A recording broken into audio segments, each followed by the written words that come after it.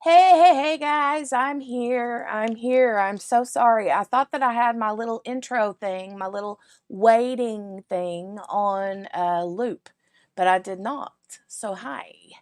I was detained for a moment. Let me see who's here. Let me see who's here. Let me see who's here. Um, so we have Miss Billy. Hey, Billy's back. And I said hi to Billy. How are you? How are you this afternoon? It's been a busy day, eh?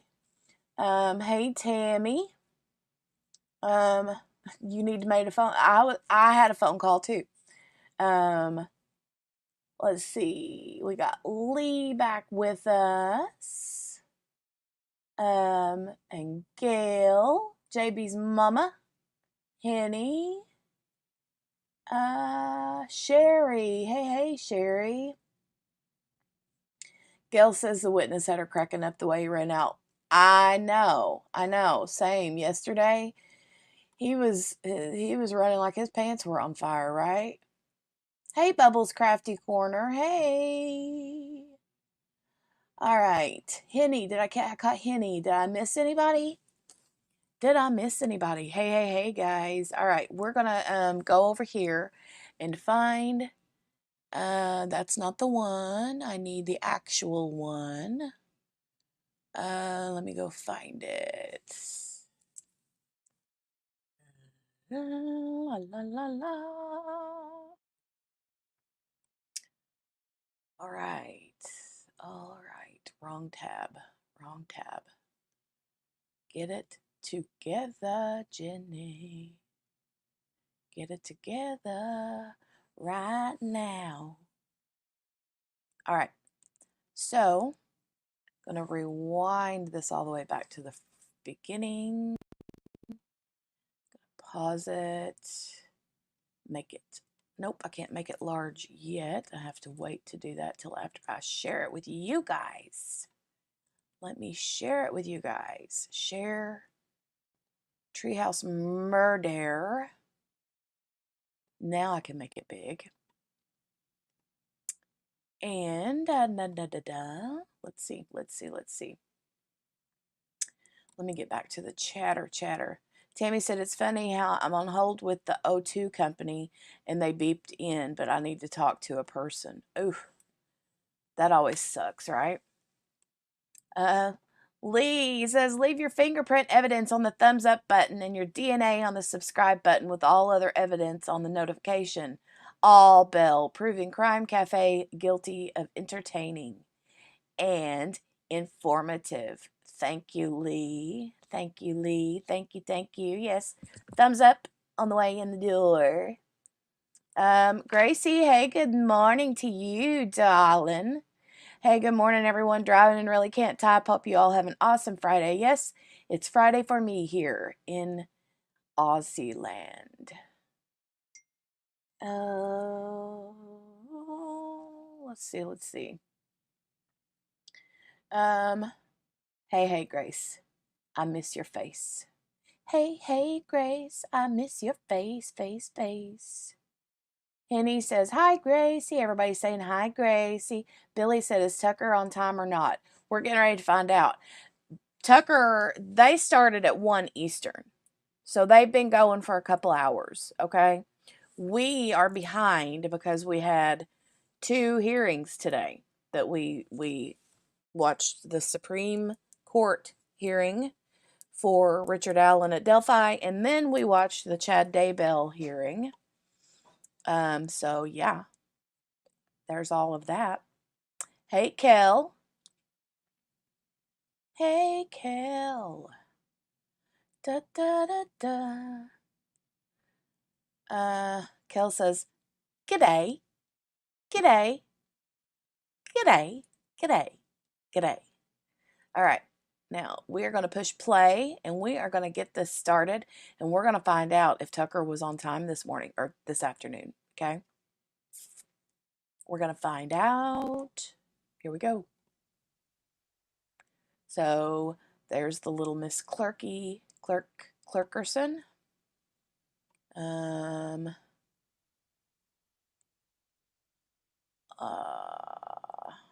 Getting the camera ready. I don't know what time this actually is when he's arriving. So I guess I won't know how late he actually is, if he is late.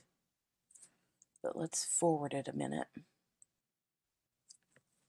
and see when they get started for sure, for sure. It's the beginning, yeah, Kel, or Tammy. I pushed it all the way back to the beginning. So you can see me here scrolling across the screen. So 2 hours and 34 minutes behind. So I just want to get to the part where the judge takes the bench and see what happens. So we're getting started right here at 2:25.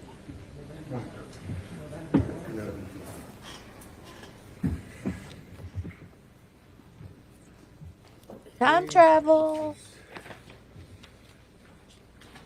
State versus Franklin Tucker, case 17 CF 841. I see prosecutors are here, but I don't see Mr. Tucker.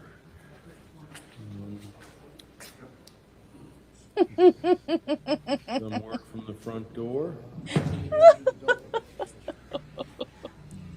Prosecution's there, but he don't see Tucker. Received any?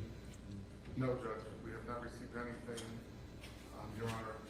Are we surprised? Multiple violations of your request to be a court on time. Are we surprised? Yeah, I'm almost ready to issue it. Our witness is here. What is he going to issue? You want to tell him about state violence? See if he wants to go a little later today.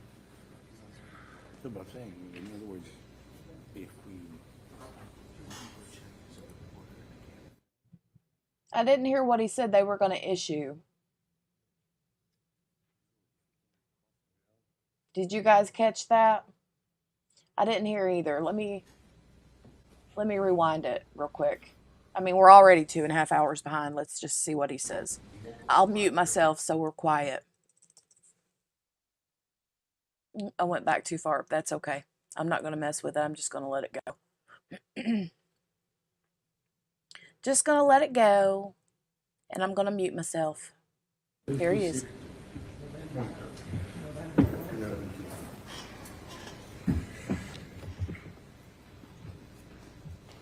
Okay, this is State versus Franklin Tucker, case 17 CF 841. I see prosecutors are here, but I don't see Mr. Tucker.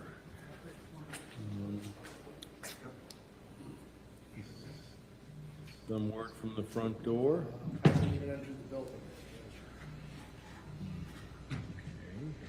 Has the state received any? No, Judge, we have not received anything, Your Honor, based on multiple violations of your request to be a court on time. We're at the point where we're ready to ask for cases. Yeah, I'm almost ready to issue it. Our witness is here. You want to tell him about state violence? See if he... I'm almost. Your Honor, based on multiple violations of your request to be a court on time, we're at the point where we're ready to ask for cases. Yeah, I'm almost ready to issue it. Our witness is here. You want to tell him about... I can't tell what they said. I couldn't understand it. That's what I'm saying. In other words... I mean, it said keepers on the thing, but that's not what it meant. The audio was horrible. Or not the audio. Well, that's horrible too, but the whatever the closed captioning is not great.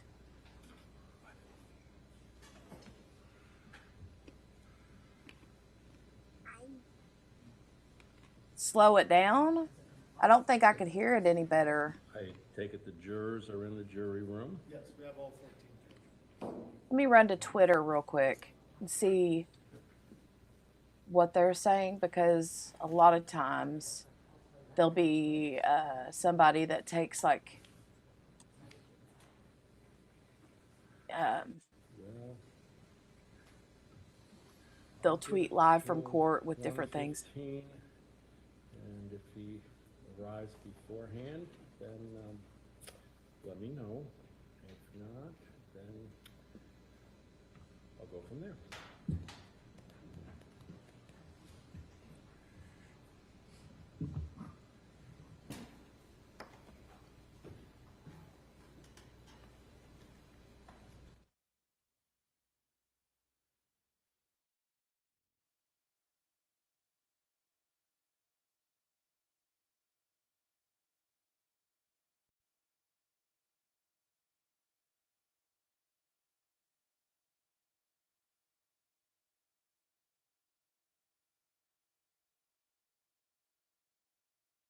Okay, on Twitter, let's see, hold on.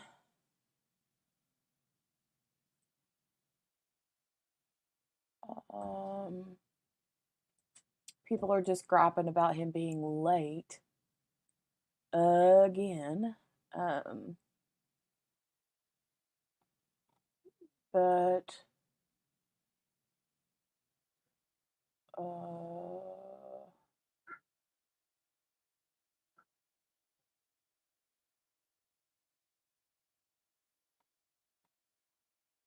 yeah, I'm not seeing anything. Apparently the judge scolds him pretty muchly. Bigly muchly. Yeah, the closed captioning on this, I mean, it looked like keepers is what it said on the screen, but I don't think that's what it actually means, or that's not, it didn't get it correctly. Yes, Gracie, Twitter is still a thing. It's actually called X now, the letter X.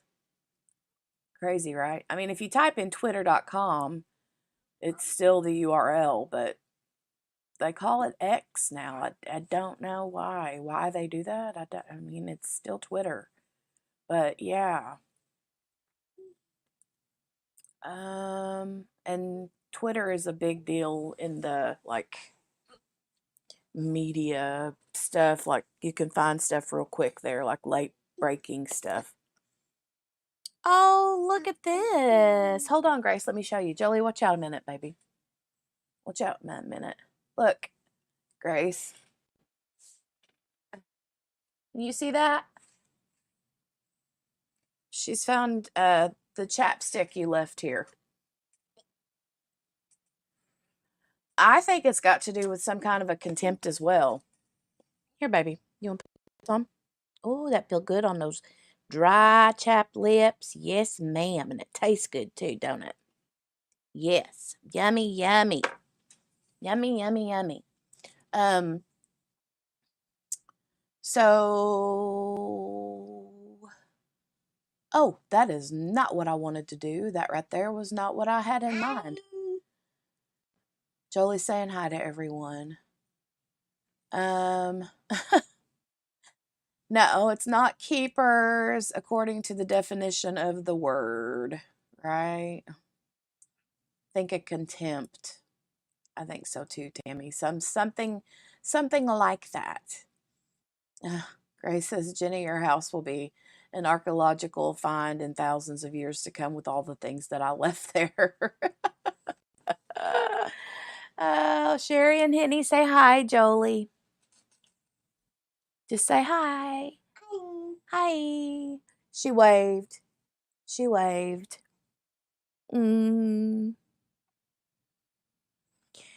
Oh my goodness. My goodness. All right. I'm going to go ahead and fast forward it now that we know that he's late. And we were able to laugh about that for a little bit. Let's see how late he actually is. Okay. The judge already got off the bench. He's like, okay, just let me know when he's here so that I can tear him a new butthole when he gets here. Oh, there he is. He wasn't too awful late. Versus Tucker, So I see you've graced us with your appearance, Mr. Tucker. Where were you when the case was set for 1 o'clock? I was again on my way here, Your Honor. You know, again, I'm not the best judge of the traffic and everything in Key West anymore, apparently. I mean, I know I used to live here, but I also, I haven't been able to judge it. I was actually planning on being here early today, Your Honor. Well, this is the last time, sir, because next time I'm going to issue a capias. You will be taken into custody, and we will then know where you are, because we have 14 people who are here on time, 2 more over there, 1 more over here. These people. For about the 6th time, we've sat here waiting for you, and it now is interfering with the orderly process of this trial. I have been more than indulgent with every step of the way in your plodding along and showing up late and your cavalier attitude. Be warned, next time I will grant the stage motion for capias, and we won't have this problem anymore. So there's nothing need to be said other than if you need to leave earlier, whatever you need to do, be on time. Yes, sir. Yes, sir. That's all I want to say. Yes, sir. So in any event, we're back, and Mr. Johnson is here. Oopsie. I don't think even if he stayed all night in the parking lot the night before that he could be there on time. I don't think he could.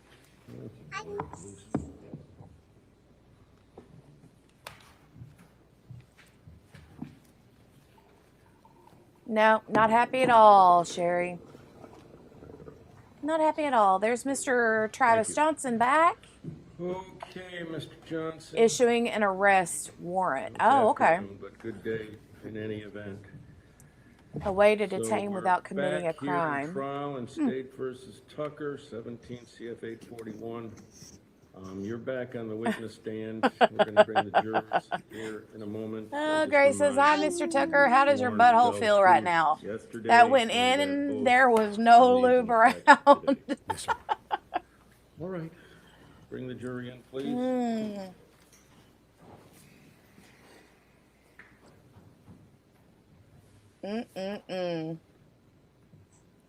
Wowie.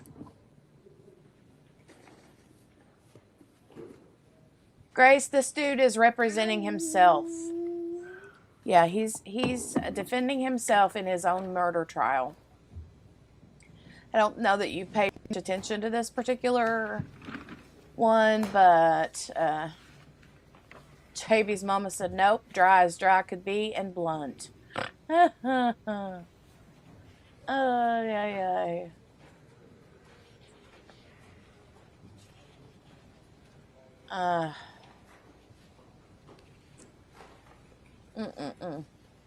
And he's got his sunglasses on again. Maybe he has like an eye condition. And I'm being serious, like for real. Some people can't go from like daylight or like bright to dim One more? Okay. well, easily. You folks can have a seat while we're waiting for our final juror to join us from the jury room.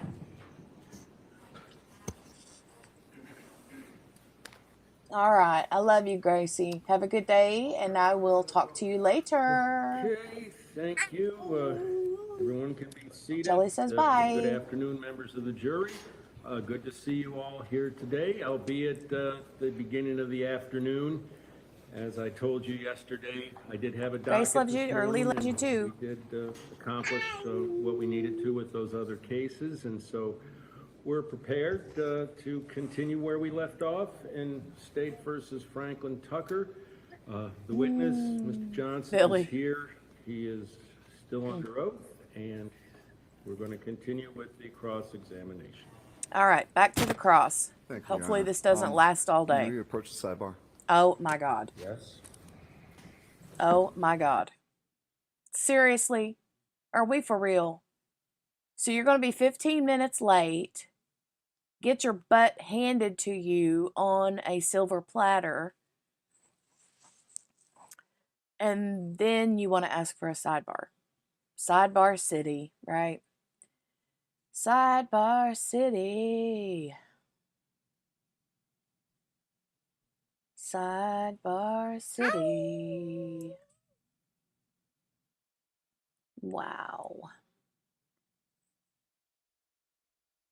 He's representing himself. It is a foregone conclusion. He is stupid. Hmm.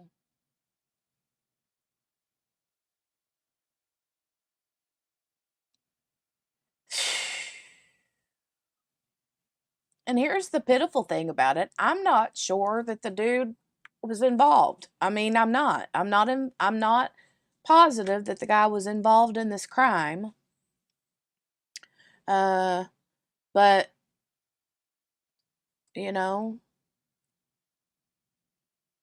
I mean, at this point, he could use the fact that he's always late as evidence that he probably didn't do this crime, right? Now, that sounded like Jolie or me or someone just farted, but I promise it wasn't. She put chapstick on her lips, and so now she's over here doing the raspberry blow thing, you know? The You want to do it? Do it. Do it. Good job. She thinks that it's funny, especially when she has chapstick on. It's easier when you have chapstick on, you know? You know, you know, you know. OMG, still on hold. Oh no, Tammy. Maybe you'll have better luck if you hang up and call back again. I've done that before. I don't know. Why don't you hang on to that chapstick, Jolie? That's yours, honey. You can have that one. You want to go put it in your purse? Yeah, go find your purse and put it in your purse with whatever else you have in your purse. Sherry says, I got a feeling it's going to be a long day from what I saw yesterday. Tucker likes to drag things out. Yes, he does. Oh, you know what, Kel? I forget. Why didn't you tell me to do that? I forgot.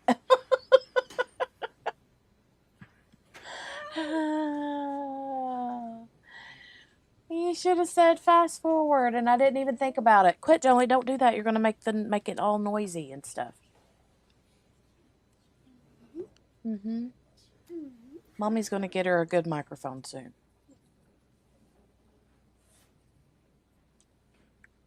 She was pulling on this, so you can't even see. She was pulling on this like, and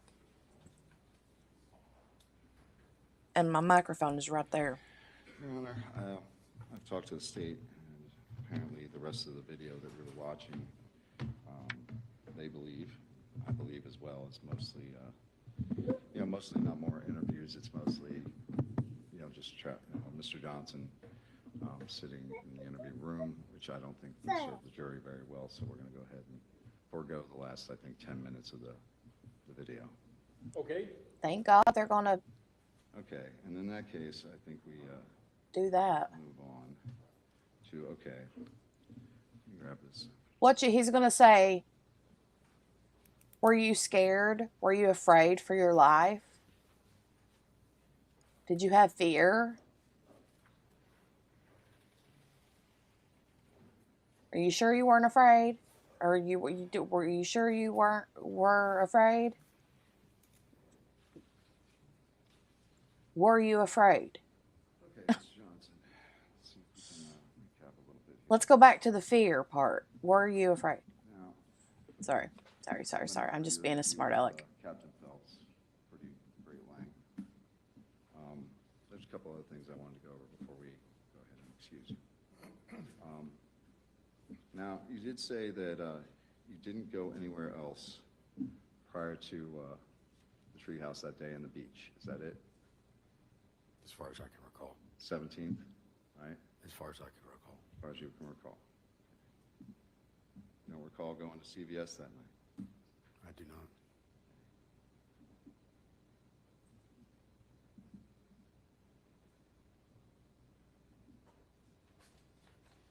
And you said that you would be surprised to learn if they had a picture of you outside of CVS. Is that correct? This is what I said, correct? so you don't recall going there, don't remember, you don't know about the picture they took of it. Okay. Would surprise you to learn that that's actually just prior to the incident going down, and just prior to the crime. Yes. Now, Surprised, yes. okay. Mr. Johnson, could you keep your voice up, please? Yes, sir. I apologize. And let me go ahead. Yeah, apparently the mic didn't have a battery yesterday, so I want to make sure everybody hears me loud and clear today. Mr. Johnson, you know, if, again, you saw a picture of you outside the CVS, Objection asked and answered. I said, if you saw it, Okay, let's hear the question, so go ahead. okay, just prior to the crime taking place, what would that picture mean to you? I don't know. I don't recall it. I don't recall going into the CVS. No, you don't recall. You know, what I asked is, what would that picture mean to you? You know, did you say yesterday? I seem to remember you saying something like that. Exactly, Gail. I heard lick that. or something like that. And you described to us what that meant. Hitting a lick. That's what it was. Yes, I described that. Okay. And what is hitting a lick again? As far as the vernacular, as I understand it, it means to steal something, to take something, to come up from a broke position. Okay. And is that criminal terminology? It's a vernacular, slang vernacular. Okay, but is typically used in criminal terminology. I Hitting a lick. wouldn't know if that was what that was in reference to or not. No, that's just slang as I understand it. Okay. But you understand it as a come up, right? To get something. I believe I explained that, yes. Okay, good. Just making sure we're clear. Now, do you understand the vernacular of casing a joint? Yes. Okay. Do you understand how a picture of you in CVS just prior to the crime could be considered casing a joint? No. I'm going to object to the I'm going to sustain the objection. Sheer speculation. No. Mr. Johnson, again, you also said that, what is it? Let's take a look here. Make sure I'm correct, because I may not be. Let's take a look. You said you emptied your truck, correct? As soon as you got up to Big Pine. Yes. This is when you discovered your Foot Locker. I didn't discover my Foot Locker. No, somebody put something into your Foot Locker. I'm sorry. After I emptied my contents in my truck into the residence where I was residing, yes, this is when I discovered Okay. the backpack in my Foot Locker. Backpack in your Foot Locker. And you have no idea how it got there. No, I don't.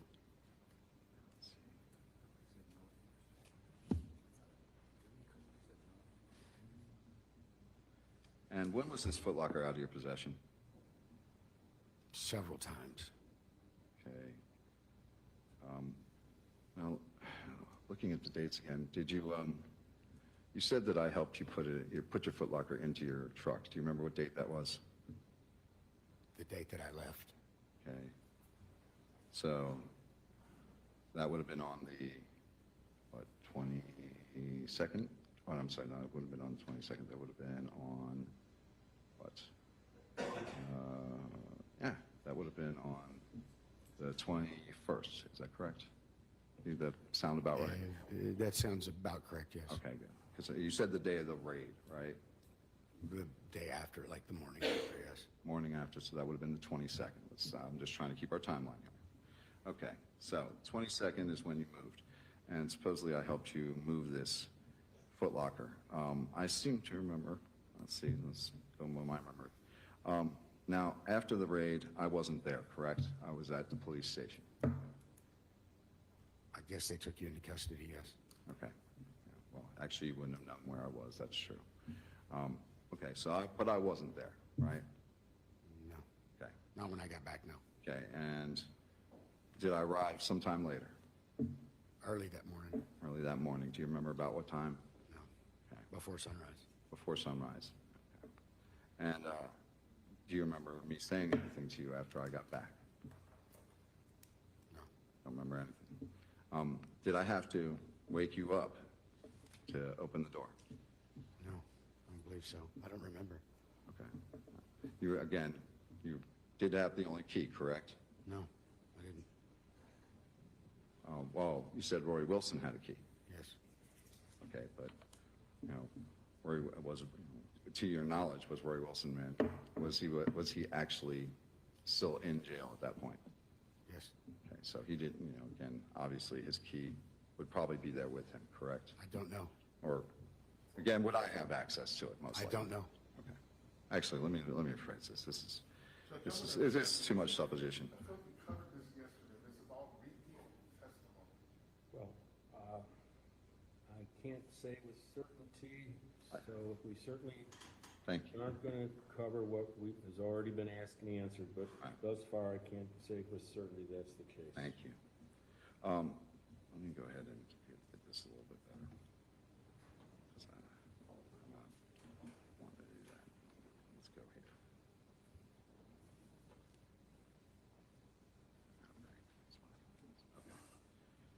Okay.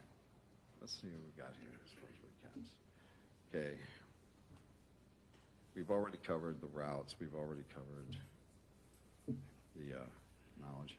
Okay. Again, could you do you happen to remember your phone number from that point in time? I do not. Okay. Again, did your lawyer again make you privy to any of the discovery concerning phone records? Yeah, he's wanting to go into the phone records now. Okay. I don't know Now, what in the text video, we did see the messages or whatever if I he's remember wanting right, to show, but you know, did you? I would imagine you saw with us the detectives discussing your phone calls with Rory Wilson.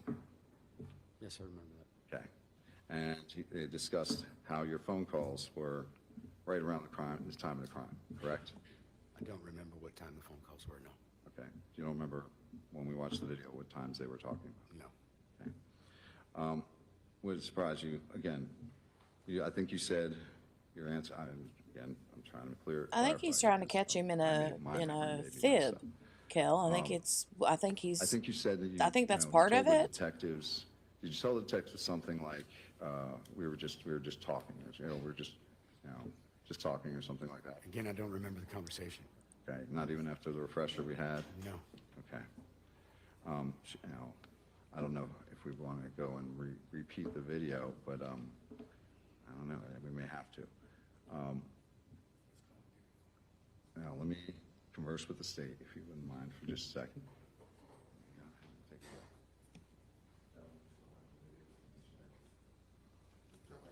He's gonna go over there and ask the state.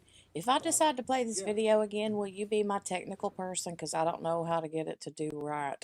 I don't know how to get the TV to act right. Sidebar City. Sidebar City. He's hoping to trip him up and get an OMG. Oh, sorry. I read two comments at the same time, Gail's and Lee's. Lee said he is hoping to trip him up and get a different answer. And then Gail says, OMG, not the video again. Time travel, time warp. Thank you guys. Thank you guys. See, you're keeping me on track. You're keeping me on track. You're keeping me on track. I feel like I'm like on, it's live. And I'm not used to fast forward. Thank you guys. Detectives are Oh, he's smiling at him again. I like seeing this, like, watch him smile. He's like, see, we got what we want. We got what we want. We got what we want, maybe. Let's try this again. Mr. Johnson, do you remember watching the video yesterday? Yes. Okay. Do you remember the section where the detectives are talking to you about your phone calls with Rory Wilson? Yes. Okay. You don't remember the context of that conversation, or do you remember what you said? Oh, in yay, that video? Tammy. I hope you get everything squared I don't away. remember what the phone calls were about between me and Rory Wilson. And I do remember in the video me saying the same thing. Okay. You saying the same thing in there? Yes. But I don't remember what the context of the video of the phone calls were. I still to this day don't remember. Okay. But you do remember the context of the video, right? Yes, of course. Okay. And you do remember the detectives asking you, or again, asking you in reference to the time frame of those or of those phone calls. Yes. Okay, and how it is around the same time of the crime, before and after.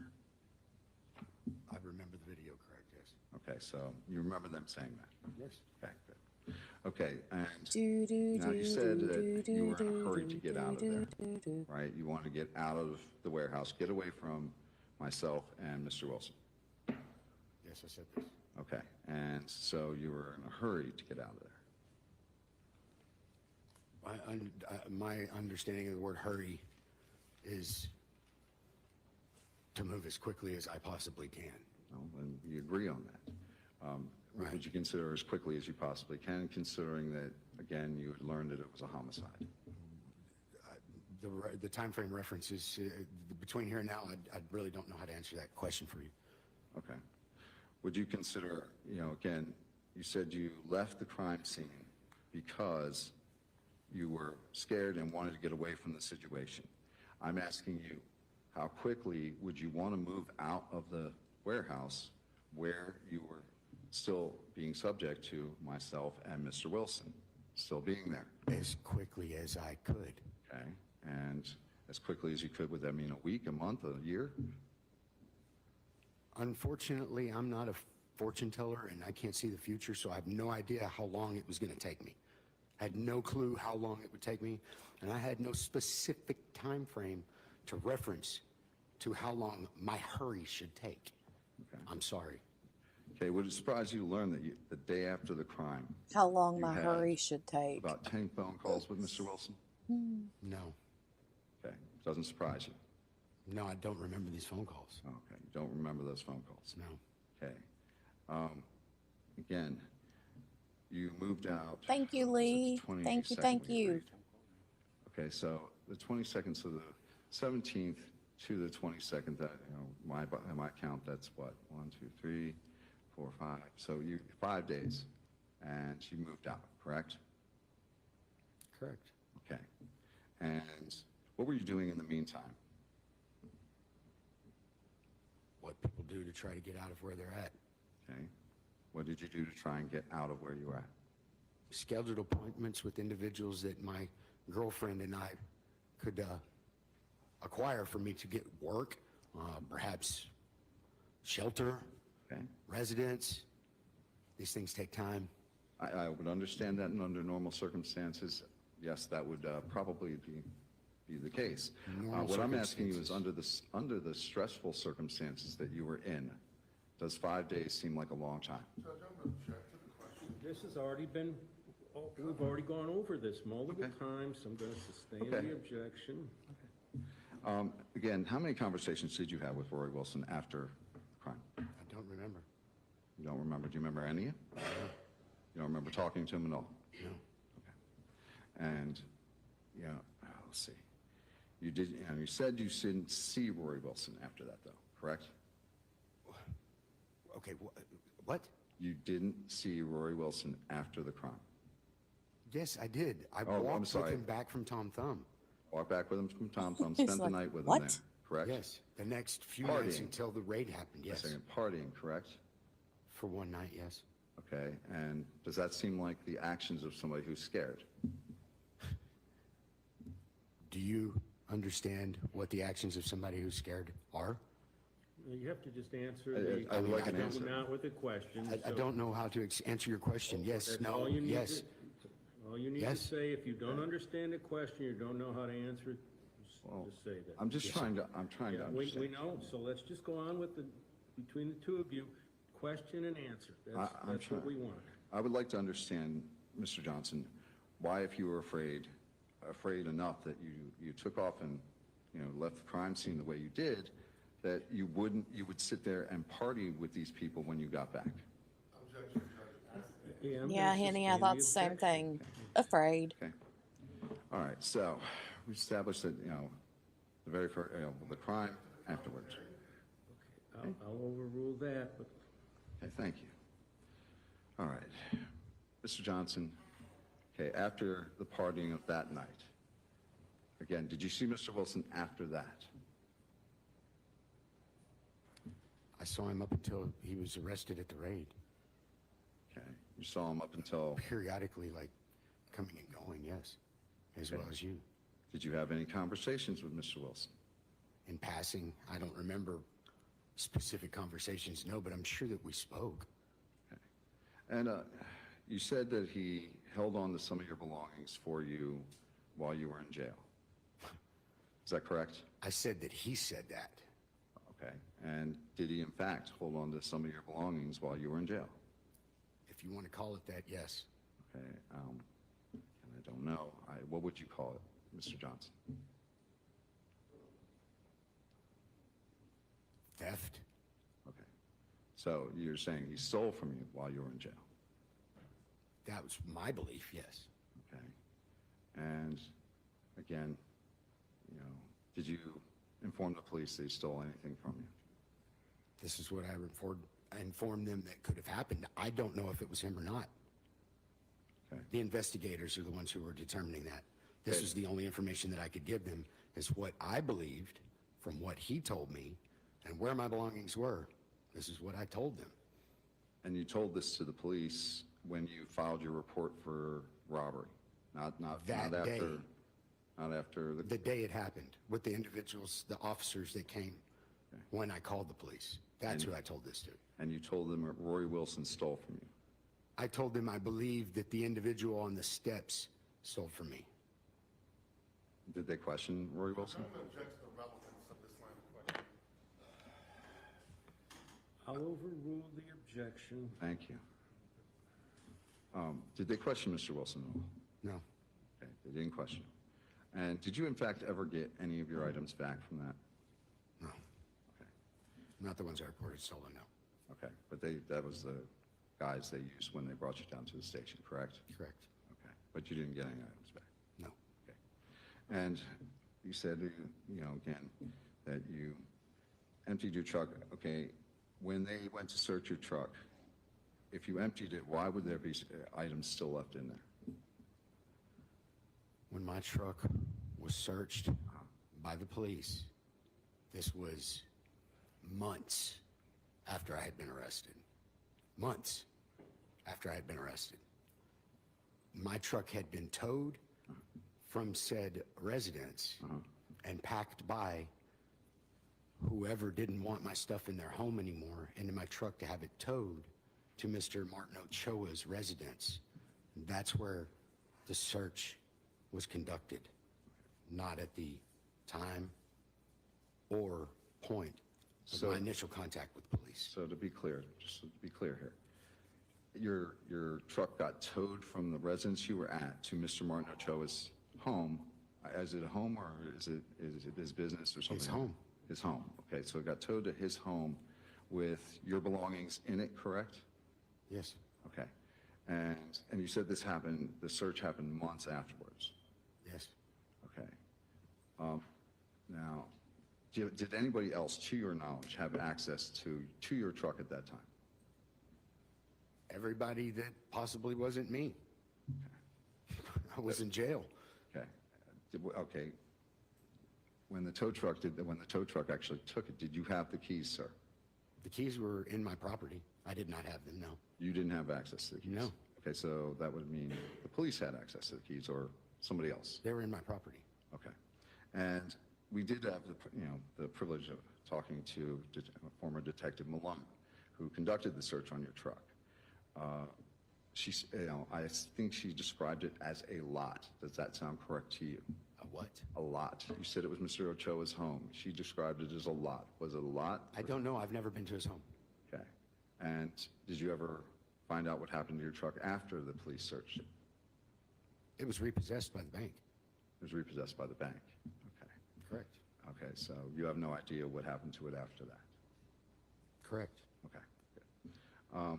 Now, again, amongst your belongings that they brought out in the search was, I believe, an extensive knife collection, if you want to call it that.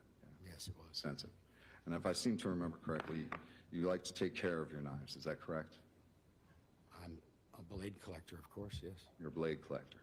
Okay, and do you like to sharpen your knives and oil your knives and such things. And, again, I'm not a very, I'm not a very knowledgeable person in this thing, but I seem to remember that was something you liked.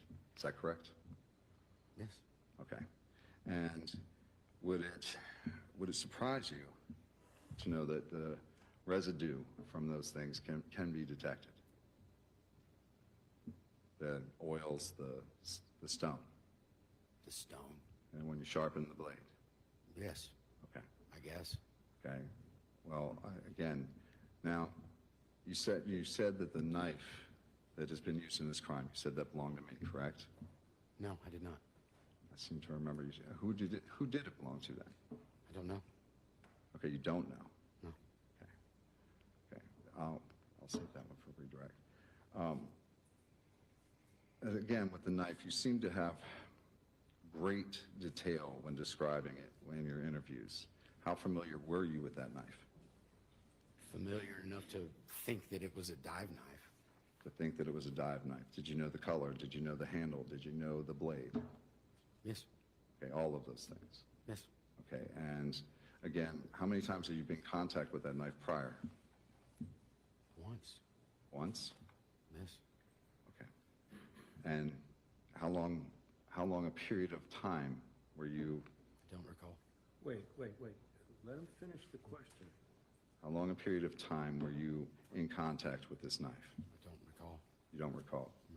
But enough to know the details of it, correct? Sure. I'm interested in knives. I try to remember them. Okay. So, but it doesn't take very long. No. A cursory glance, maybe? It depends. Okay. Okay. Let me go ahead and, we're going to go ahead and, subject the witness to recall, I'll go ahead and let, we can end this and go for redirect, Your Honor. Okay. Well, when you say subject to recall, you're talking about in your case? Is that what you're saying? Yes, sir. Mhm. Well, I guess the cross-examination is concluded. It's concluded. So, state would like redirect examination? Yes, sir. Yes. I feel like saying, did you know that you just concluded your cross-examination? Like, do you know that you just did that? And he Judge, said before I get yes, so, started, I do okay. want to move into evidence the video that the jury watched during the cross-examination. I have it marked here.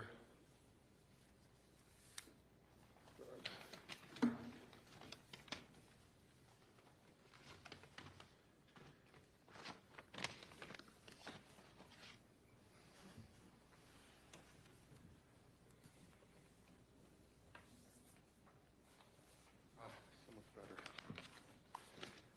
Okay, I have it marked as P as in Papa.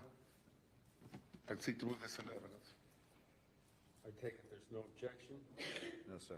All right, admit as the state's next in order, number. I have never heard P as in Papa before. I mean, I've heard P as in Paul, State's 15. but never P as in Papa. What? I'll be referring to some portions of the jury's hearing, Judge. That's why I want to make sure it's queued up. You've heard of P as in Papa, Lee? I've never heard that All before. right, Travis. A couple things I want to clear up here. Yes, sir.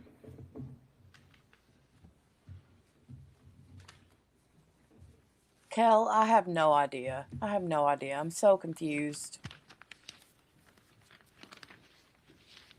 You said, way back at the beginning, you said you came to Key West, you actually advertised, was it on Facebook?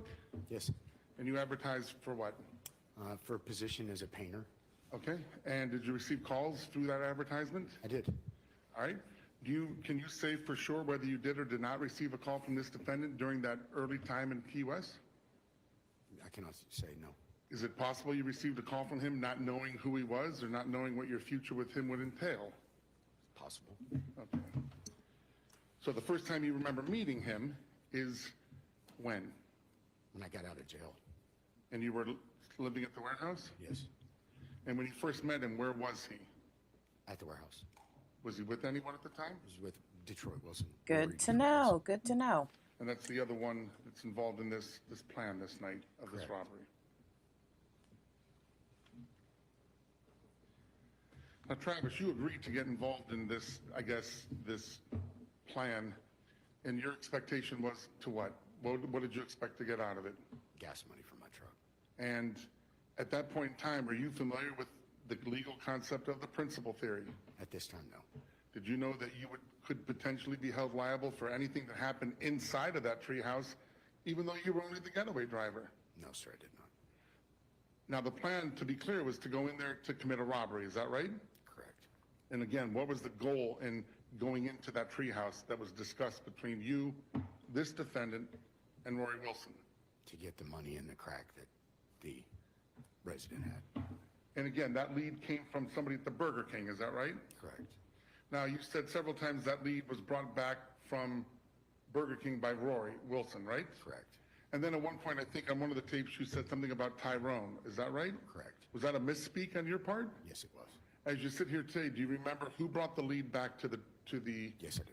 to the warehouse? I do. And who was that? That was Rory Wilson. All right. He brought the lead back, and who did he share that lead with? Mainly with Mr. Tucker. And And me. and you. Yes, I was in the room. Okay. And at some point, you got involved in the plan to go over there. Yes, I did. Now,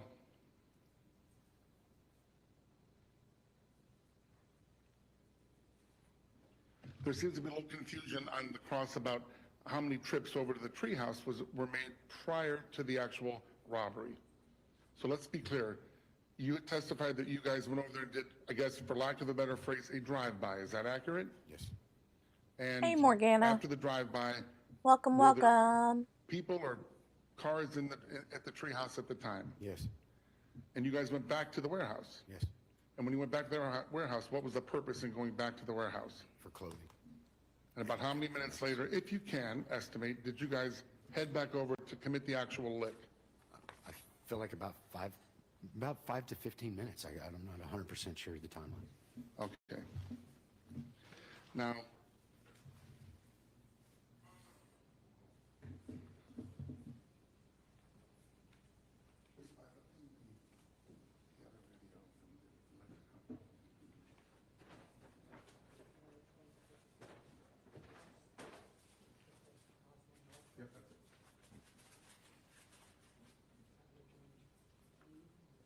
okay, good.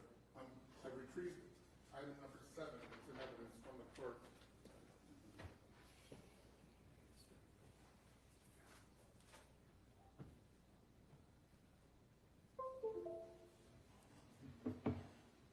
Tammy, I'm such a maniac. All this time, I thought you meant the water company. Chris, let's go into Now I've realized you All mean right, let's go to the other oxygen. one first, the Cosme. I am so sorry. David, if you can help me. I'm a dunce sometimes. I promise. You guys know that, though. And I still owe you a catnip story. Remind me again here in a little bit.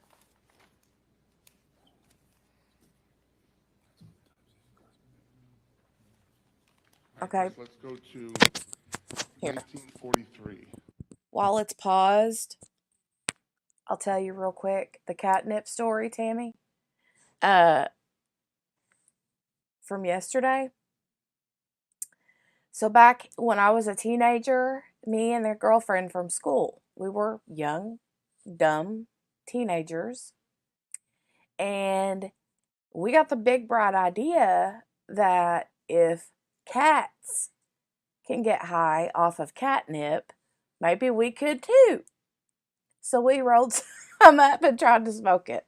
Serious, not even lying. It didn't do anything. True story. True story.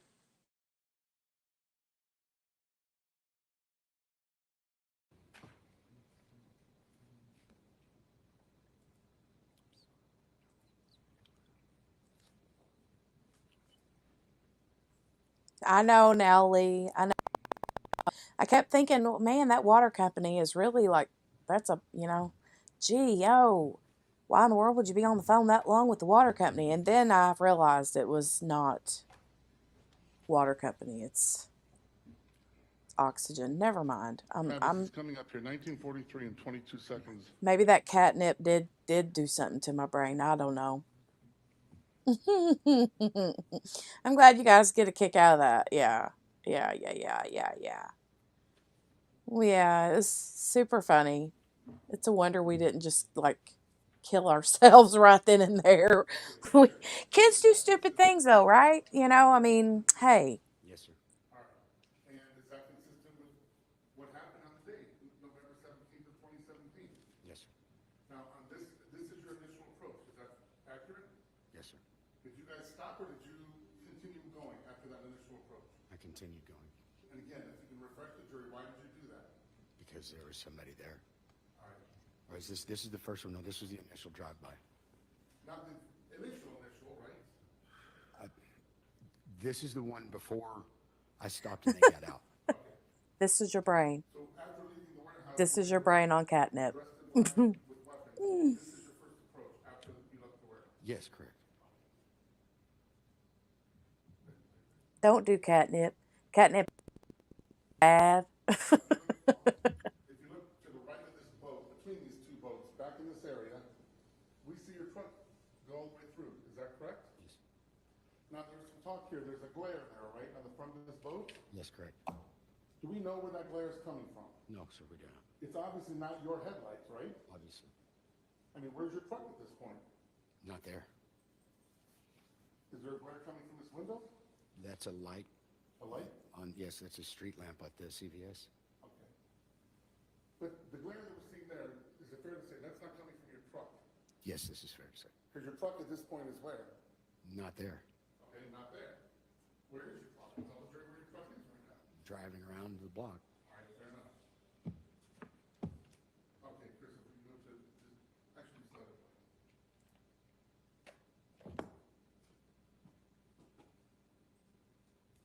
Going to my time frame is gonna be 1945. Chris, if we can just advance 1945, that'll. Your Honor, may I move up a little bit closer so I can see here? Yes. Thank you.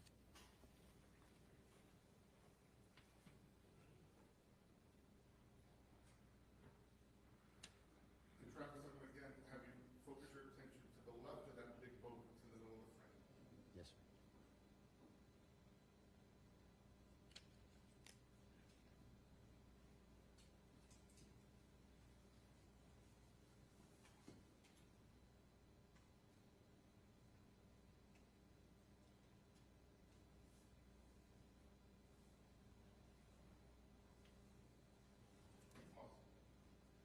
Do you recognize that? Yes, sir. What is it? My truck. Okay, now, a minute and a half, 2 minutes later, right? Correct. Minute and a half later? Correct. All right, would this be consistent with you reapproaching the treehouse after the first drive-by? Correct. Yes. Chris, if you just play for me? Now focus your attention over here. Keep going. Pause. Can you tell for sure where your truck is at this point? 100% no. Now, there's a couple different glares going on here, right? Yes. Chris, if you can back up for just 3 seconds.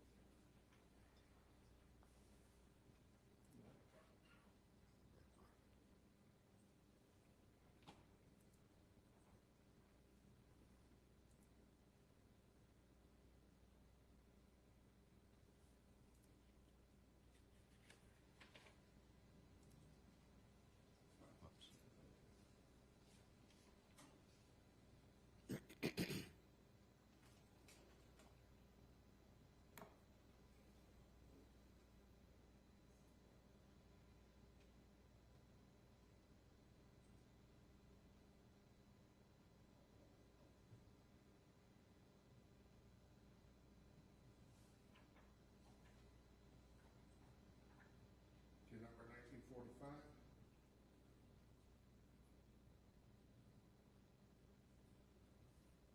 Right, Sherry, I know.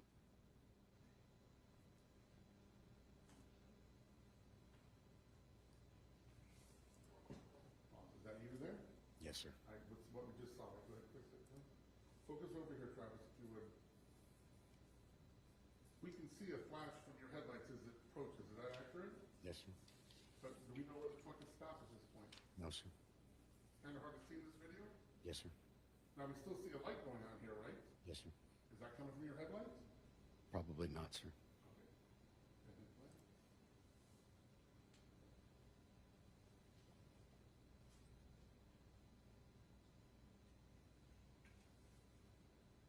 Now, your testimony is that this defendant and Wilson got out of your truck, right? Correct, sir. Is that consistent with what we see there? Yes, sir. All right? And that's at what time now? 19:45 and 47.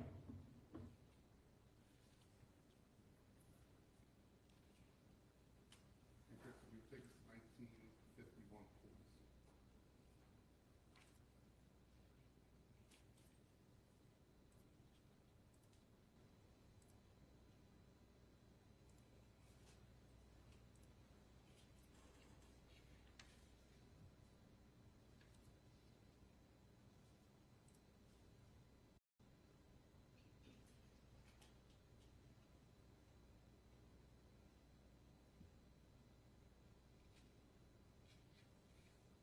What are they doing? I stepped out for 2 seconds just to check on Jolie and came back and they're just standing there looking at the screen. Yes, I still see a glare. Where's your truck at this point? It's still sitting right there. Is it in, can you see it in this frame or not? No, sir. Now, we just saw somebody run up the hill. That's, we said before, that's what Clint, correct? Correct.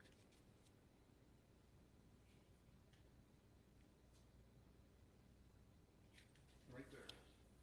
And again, who do we see running there dressed in black? That's Mr. Tucker. The defendant. Yes, correct. And you didn't see Wilson leave? No, sir, I did not. Now, Chris, is done with this one. Let's go back to the clerk.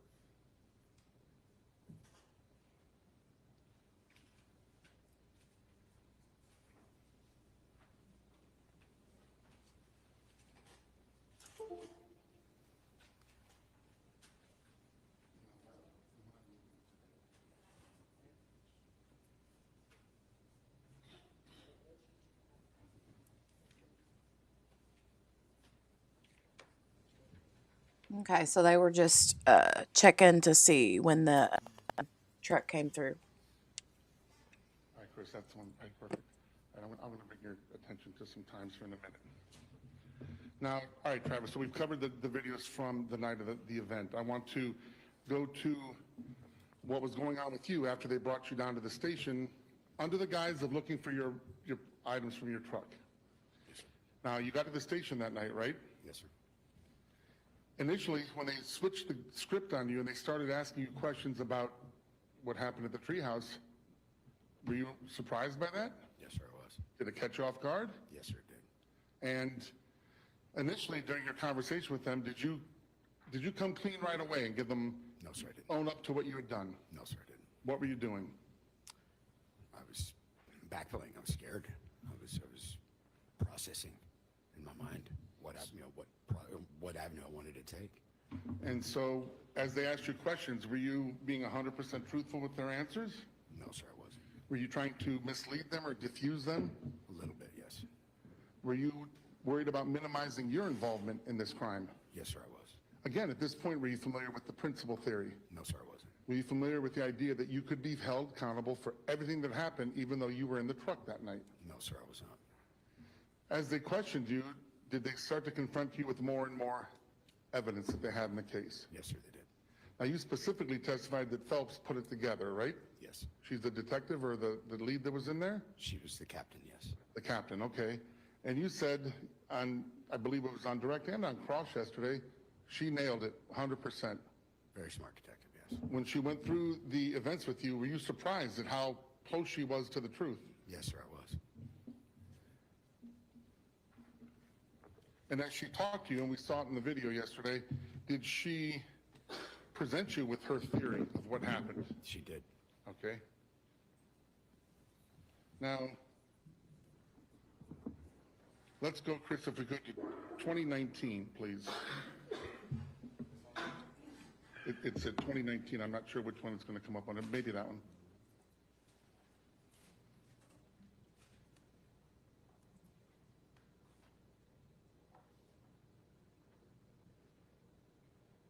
Okay, no, we got to go to 20 and 20, 19 minutes. I'm live full time. Without one key. And if you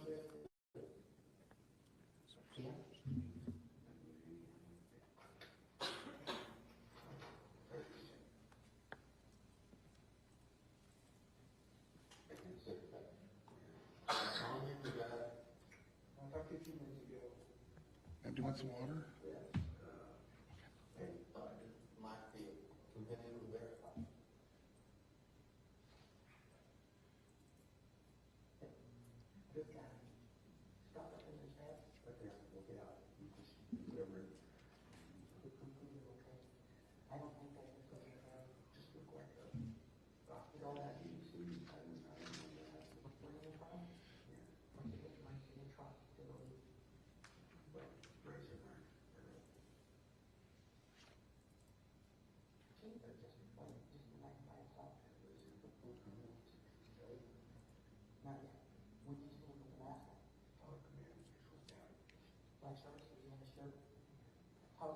Okay, Chris, go ahead and stop.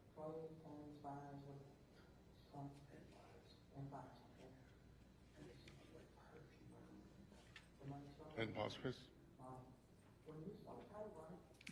Now, we're at the point of the interview where you were talking more clearly with Captain Phelps. Is that fair to say? Yes. Are we at the point where you have decided time to come clean? Yes. What brought you to that decision, Travis? Actualization of the fact that somebody was dead and I was responsible, and that, you know, that I wanted to make sure that this was resolved. Now, at that point, you decided time to own up to it? Yes, sir. And is that what we saw in the video yesterday where you got very upset? I think you had a moment where you really got overwhelmed? Yes. Why is that? Actuality, reality slapping me in the face. The reality is that you were involved in an event that turned into a homicide. Correct. Scary stuff, right? Yes, sir. Now, you're talking to Captain Phelps, and she's asking you about the knife, right? Yes. Did she tell you what the knife looked like? No. Did you tell her what the knife looked like? I did. I mean, they knew a knife was involved, right? Yes. The guy had been stabbed to death, right? Yes. So when she asked you about the knife, did you describe the knife? I did. And how did you describe it?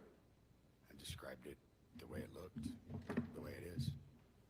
Red, black and red. Black and red with a serrated edge. Yeah, black and red with a serrated edge and a smooth edge on one side and a silver pommel on the bottom. Had you seen that knife before? Yes. How many times did you see it? Once or twice. Where did you see it on the night of the treehouse stabbing? And I saw it in the house and then I saw it in Tucker's hands. Tucker's hands. Yes. You guys sit right there. Yes. It's in his hands when he came out of the house. Yes. Dressed in black? Yes.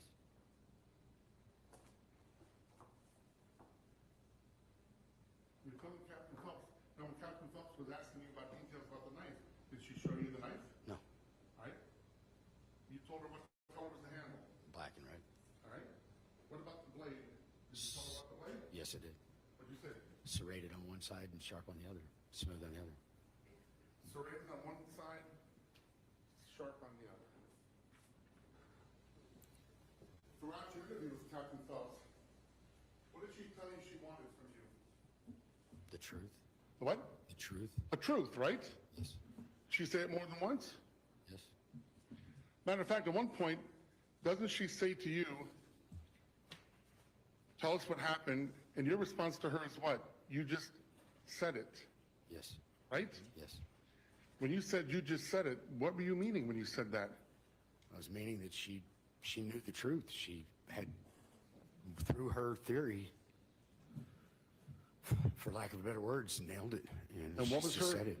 do you recall what her response was when you said you just said it? She said she needed to hear it in my words. She wanted to hear it in your words, right? Yes. You tell her what happened. And then you went and you started telling her exactly what happened. Is that fair? Yes. At 2020, Chris? Yes, please.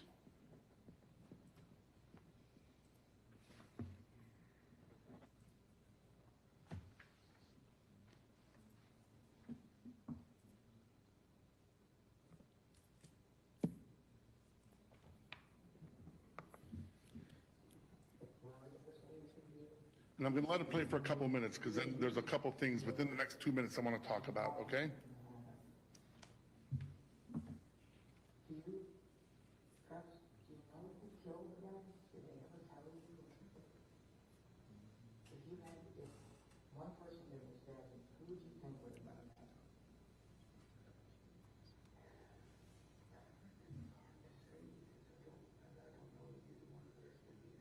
Pause, Chris. She asked you if you knew who stabbed the guy, right? Yes. And she asked you if you had to guess, which one would you say? Yes. And what was your answer? I didn't know well enough to develop a guess. I didn't know either one of them well enough to know who had done it. Did she give you the name of Tyrone Tucker, or did you offer the name? I offered the name because she said that I knew who did it, and I think I offered it in the form of a question. So you offered the name of Tyrone Tucker, not Penny Phelps. Correct. You're the one that brought that name into this narrative. Is that fair to say? Yes, sir. Not Penny Phelps. Correct. So when the defendant says this was her narrative that you simply endorsed, that's not accurate, is it? No, sir, it's not. Go ahead, Chris, play.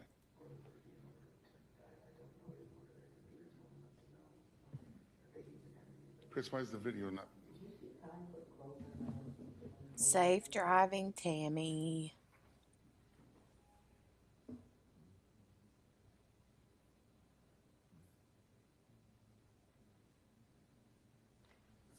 Okay, the video's not buffering, I'm told. It's the same as the audio, but the audio is what's important to me at this point.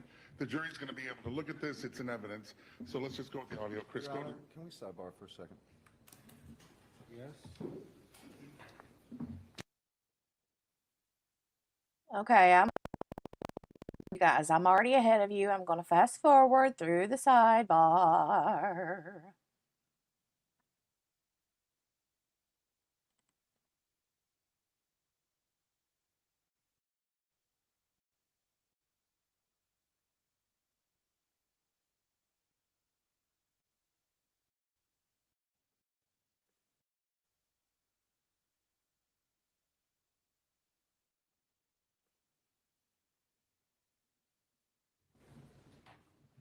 Time warp.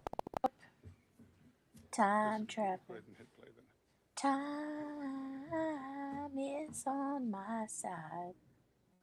Yes, it is.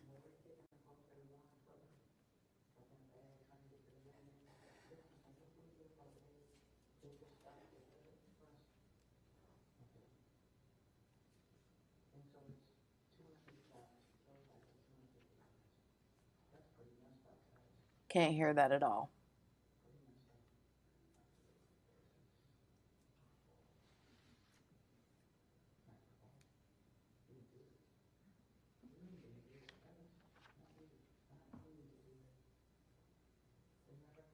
And I had the volume all the way up.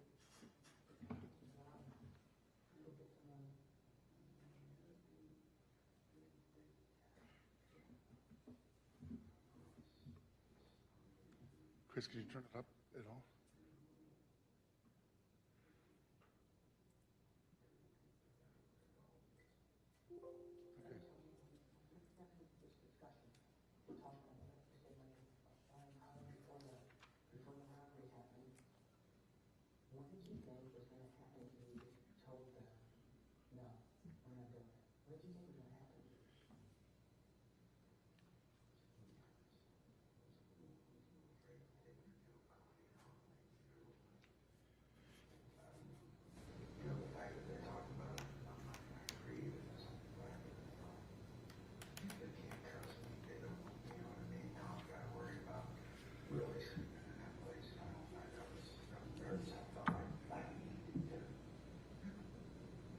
Okay.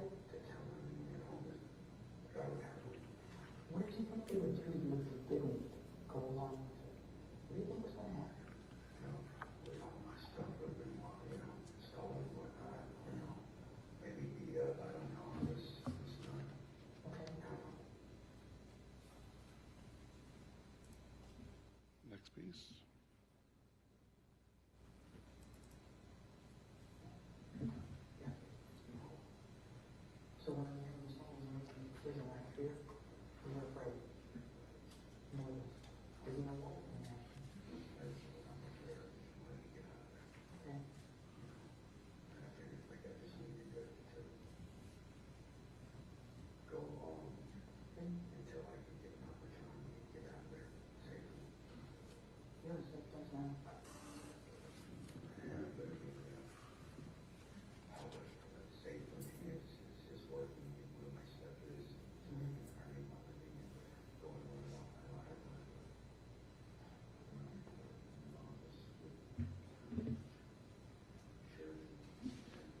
Excuse me, you building up to a question here, or just? Yes, Judge. Okay. All right, Chris, go ahead and pause. I was hoping to get to the part, Travis, but let's just talk about it. At one point, you offered to draw a map. Is that accurate? Yes. And what was that map? What were you requested to draw? Or what did you request to draw when you wanted to draw a map? The route. And did Captain Phelps tell you what route you took? No. Did you tell her what route you took? Yes. Matter of fact, at some point, she says something on the map, and you correct her, don't you? Yes. She's pointing in the wrong direction, and you actually corrected her as to which direction your truck was going. Yes, sir. I believe it was. All right? At that point, is this your narrative or her narrative? Mine. Yours, right? Yes. You gave a detailed description about the planning of the robbery, correct? Yes. Did they know about the details in the plan? No, sir. Where'd those details come from? They came from me. What about the details in Rory Wilson's mask? Is that something they provided to you? No, sir. Where'd that information come from? They came from me. What about the gaiter that this defendant was wearing? Did she provide you with that information? I'm No. sorry, what's the objection? There's been established that I was wearing anything. No, I no, disagree. That might be a point of contention, but it's a legally cognizable question, so I'll overrule the objection. Let me ask it again, Travis. So the gaiter that this defendant was wearing, did Phelps give you details on that? No, sir. Where'd that information come from? It came from me.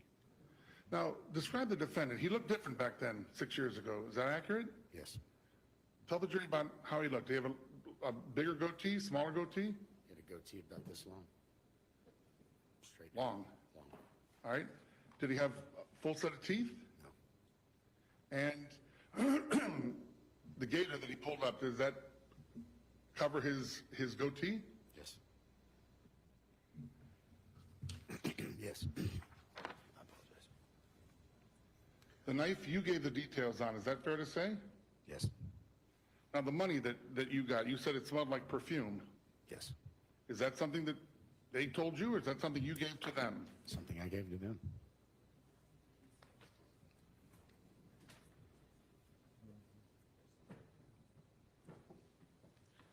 The defendant brought up the scenario about April Walker. Again, who was April Walker? Rory Wilson's girlfriend. Rory Wilson's girlfriend. Was she living at the warehouse as well? Yes. The defendant asked you about these threats and the timing of these threats. Do you remember on cross? Yes. When you left for Big Pine, was April still in that warehouse? Yes. And you said to the defendant when he asked you, she didn't appear to be nervous or scared, right? No, sir. I believe that's what you testified to on cross. Yes. Now, you were up in Big Pine for at least a day, then they brought you down to the station, right? Yes. In that tape, when we see Captain Phelps come into the room and tell you that April Walker's nervous and scared, is that before or after you left the warehouse that morning? After. After, right? Correct. So when you left the warehouse, had April Walker received those threats? Not as far as I know now. When Captain Phelps came in the room, what did she say? She said that April had received threats. Had just received threats. Just.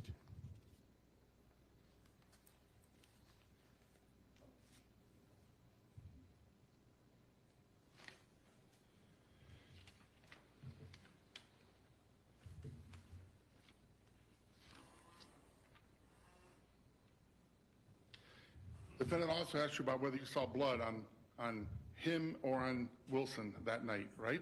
Correct. What color clothing were they wearing? Dark. Black. Is it easy to see blood on dark black clothing? No, sir, it's not. Were you looking for blood on them that night? No, sir, I wasn't. Had you suspected that somebody had been stabbed to death inside the treehouse? No, sir, I hadn't. So when you walked with Wilson back from that CVS, I'm sorry, I apologize. When you walked with Wilson back from Tom Thumb, were you looking at him, his body, to see if there was blood on it? No, sir.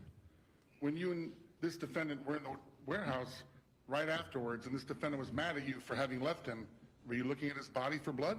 No, sir, I was not. Again, what color clothing was this defendant wearing? Black.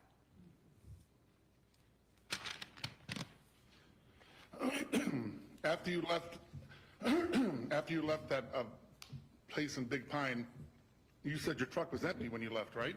Correct. And you unpacked the stuff into the house, right? Correct. Then the police came and looked at your truck, right? Correct. And then they invited you to come down to the station and look at this other stuff they had, right? Correct. Did you ever see your truck again after that morning or that day? No, sir. So when you left Big Pine, you never saw that truck again? No, sir, I didn't. When you left Big Pine, was the truck empty? Absolutely empty. So how did you find out that somebody had taken all your stuff out of the house and put it back in the truck? When I received the search warrant affidavit. Okay. Were you surprised to find that all that stuff was in your truck, or did you figure that's what was going to happen with your stuff? I figured it was, I really didn't know, but yes, I was surprised to know that it all had been piled into the bed of my truck. Now, you are a knife collector, right? I am. You had a pretty extensive set of knives. Is that fair to say? Yes, sir. And were those knives back in that truck again after they cleaned out the house that you were staying at? Yes. Or that you were going to stay at, right? Yes. Yes, the knives were in my possession when I went to that house, correct? Okay. Now, when you finally decided to own up to your involvement, that's when you, I guess, came clean with the detectives, right? Yes, sir. Did you do that before or after they showed you the videos from the electric company and from the Cosme Marina? Before. So those videos that this jury has seen, you were not shown those until after you gave them your statement. Is that accurate? Correct.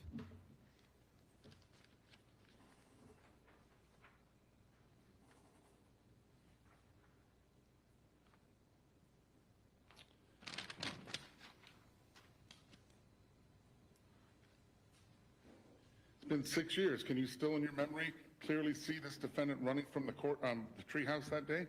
I can. He almost said the defendant asked you courthouse. Today, you wanted to get out of there quick, right? You were scared. You wanted nothing to do with this, right? Correct. But you still wanted to get high, right? Of course, that's the insanity of addiction. So you weren't about to leave until all the drugs had been smoked, at the very least, right? Correct.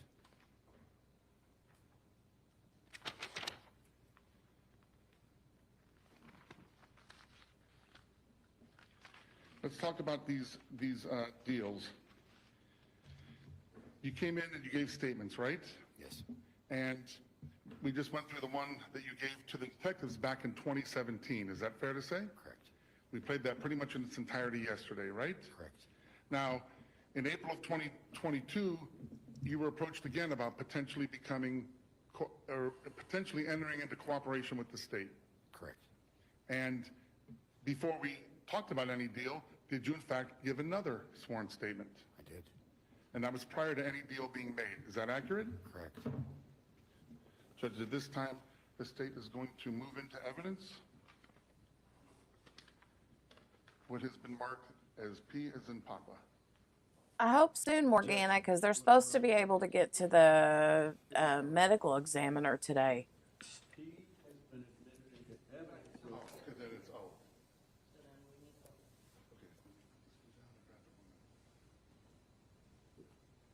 Your Honor, maybe sidebar again. Well, in a minute, right now, I'm going to the stage or let the state set the stage for whatever they're doing, and then Did you hear the state go?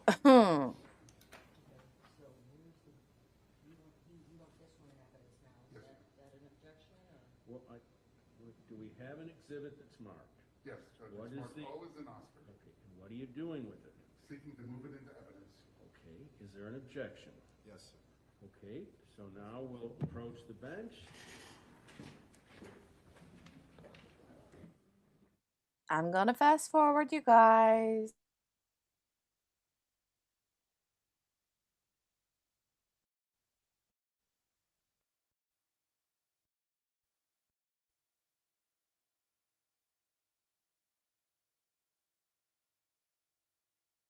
Time warp. This won't accommodate. What did he say? I missed that.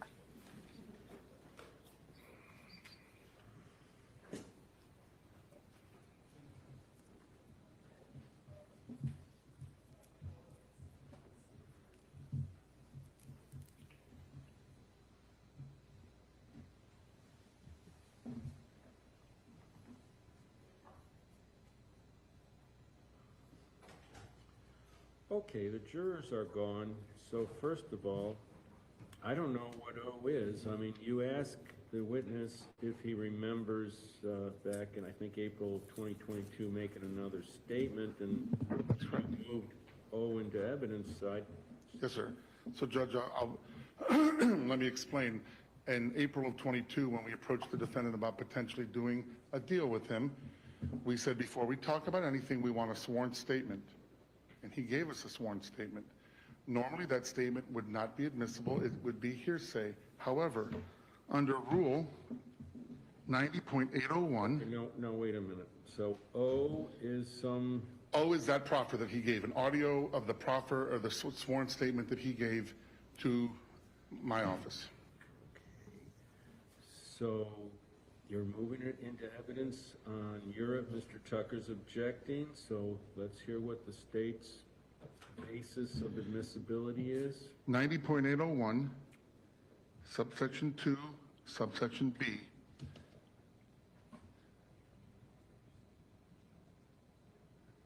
A statement is not hearsay if the declarant, Mr. Travis, testifies at the trial or hearing and is subject to cross-examination concerning the statement, and the statement is consistent with the declarant's testimony and is offered to rebut an express or implied charge against the declarant of improper influence, motive, or recent fabrication. This defendant has been attacking this witness now for a day and a half about, you'd do anything to get out, wouldn't you? You'd say anything.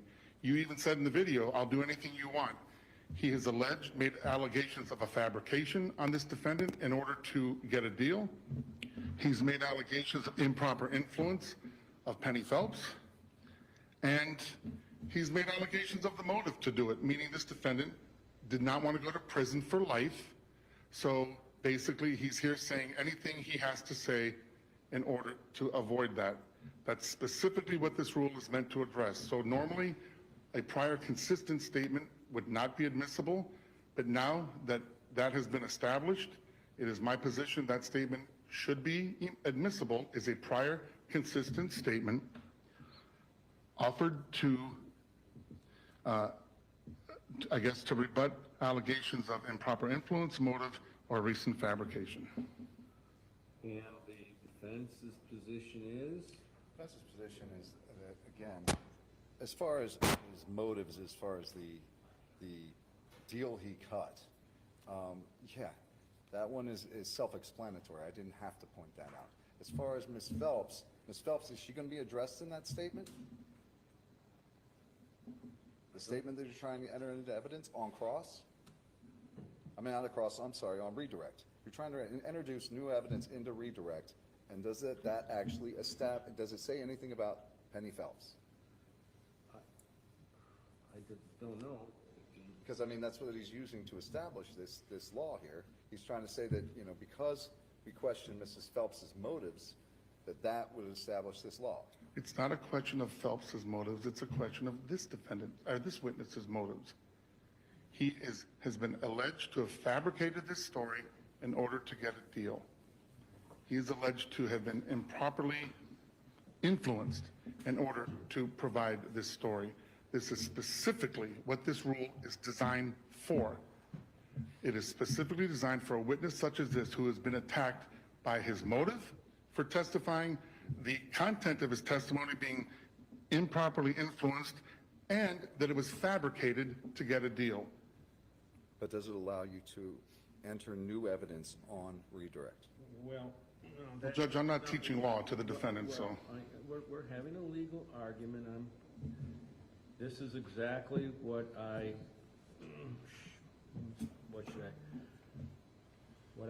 when this whole business about the defendant wanting to play the interview, interrogation, whatever you want to call it, of Johnson with Penny Phelps, this is what I don't want to say warned about, but acknowledged that the door may be opened. Yes, sir, that is correct. I understand, Your Honor. Excuse me? I said I understand, Your Honor. Okay, so now the question is this within that rule. So what's the rule? Judge, it's 90.801, parentheses 2, subsection B.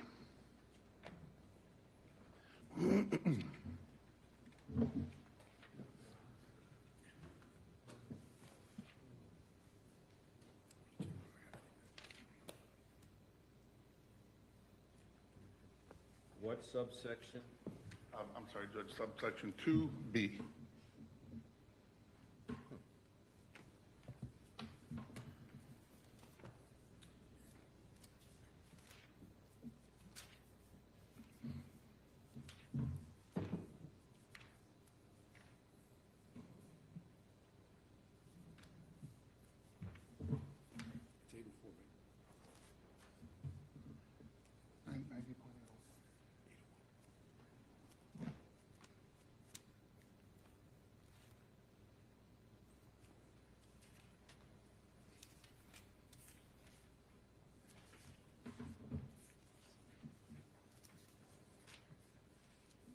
Okay. The statement is not hearsay if the declarant testifies at the trial or hearing and is subject to cross-examination concerning the statement. And the statement is, subsection B, consistent with the declarant's testimony. It is offered to rebut an express or implied charge against the declarant of improper influence, motive, or recent fabrication. I don't think this is recent fabrication, because recent fabrication would mean that somehow or other he's being alleged to have, in the very, close to his testimony, fabricated, and then the advocate for that witness says, no, here's something that he said months ago that shows that this isn't recent fabrication. So it seems to me it's improper influence, that the Penny Phelps interview was played by the defendant to say that Penny Phelps fed you this narrative, to use the term that's been employed here, and you basically said, yeah, that's it, and it was her idea, not his idea. So,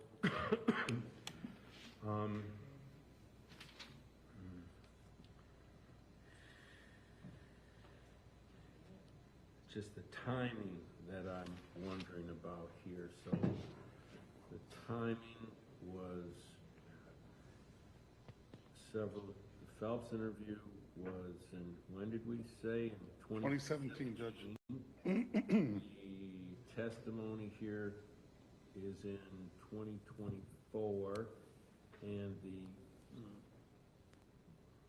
statement that you want to admit is in 2022. So could you just explain the argument again, Mr. Mansfield? Right, Judge. So now that he has attacked the veracity of his statement as having been coerced by Penny Phelps, well, he gave another statement almost 5 years later, and it's consistent with the testimony he gave this jury on direct examination. So again, if it was the Penny Phelps story, well, 5 years later, he gave a consistent version of those facts, identical to what he testified to this jury today. I'm sorry, during this trial. Okay, and so anything further from the defense? Well, I believe you already admitted there's inconsistencies between the interview he gave with Penny Phelps and what he's given today. Why would that be any different in that statement?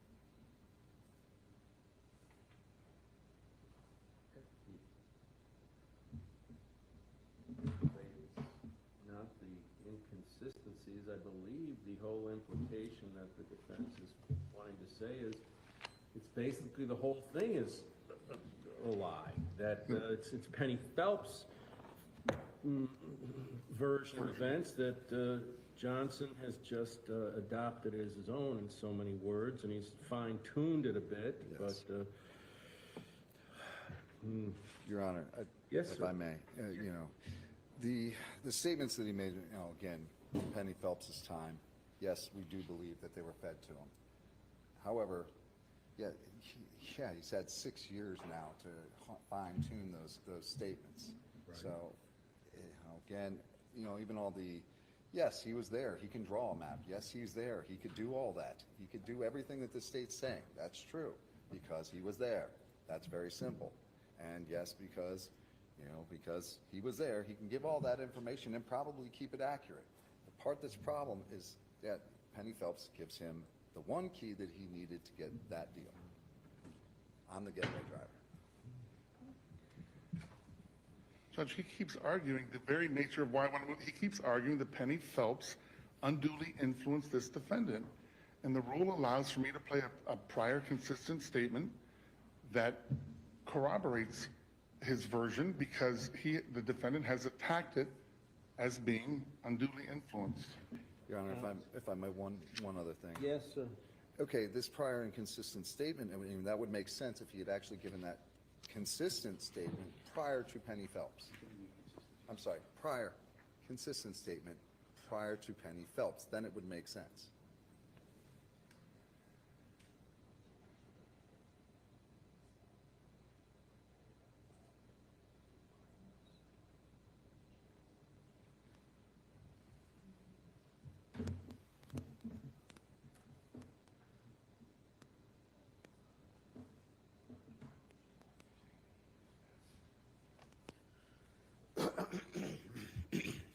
I'm over here, you guys, Googling Penny Phelps, and there's all kinds of weird stuff surrounding this case that's not even come close to being brought to the Because I don't want light to create an to appellate the issue, jurors, I'm obviously, not but going to move it in. I'm not going to seek to move it in.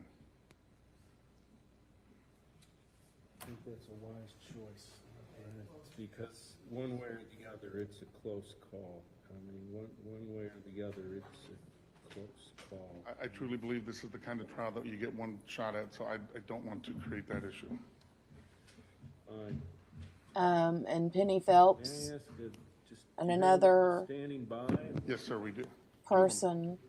I'd like to do recross, Your Honor. Well, I don't think that's going to happen, Mr. Tucker. You've had more than ample opportunity to cross-examine about everything multiple times, so we're not going to be having any recross, sir. Okay. That's not the norm to begin with. I No. made an exception, but anyway, I won't repeat myself. Judge, I just have a brief follow-up, and I'm done with this witness, and we'll move on to, I don't even know what time it is. All right, bring in the jury, please. Mr. Mansfield, who do you intend to call? Anyway, there's been some shenanigans, it looks like, from Penny Phelps. Whoever's sitting out there.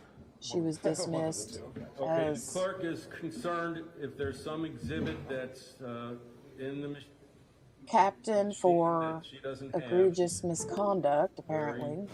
mindful of keeping track of everything, which is definitely desirable.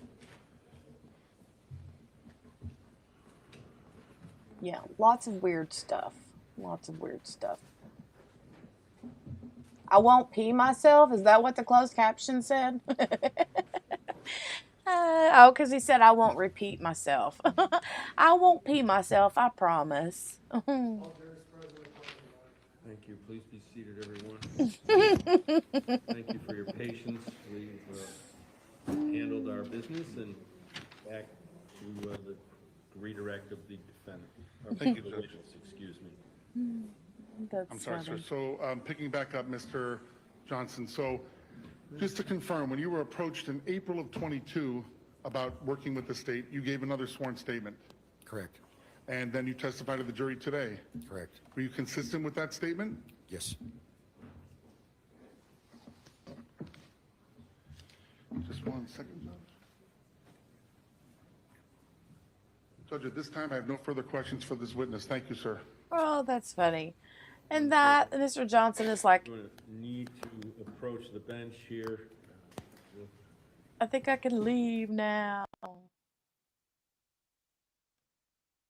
Yeah. They're going to approach one more time.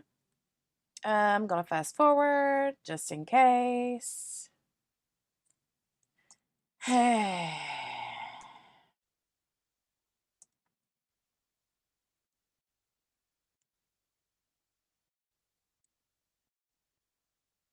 My goodness.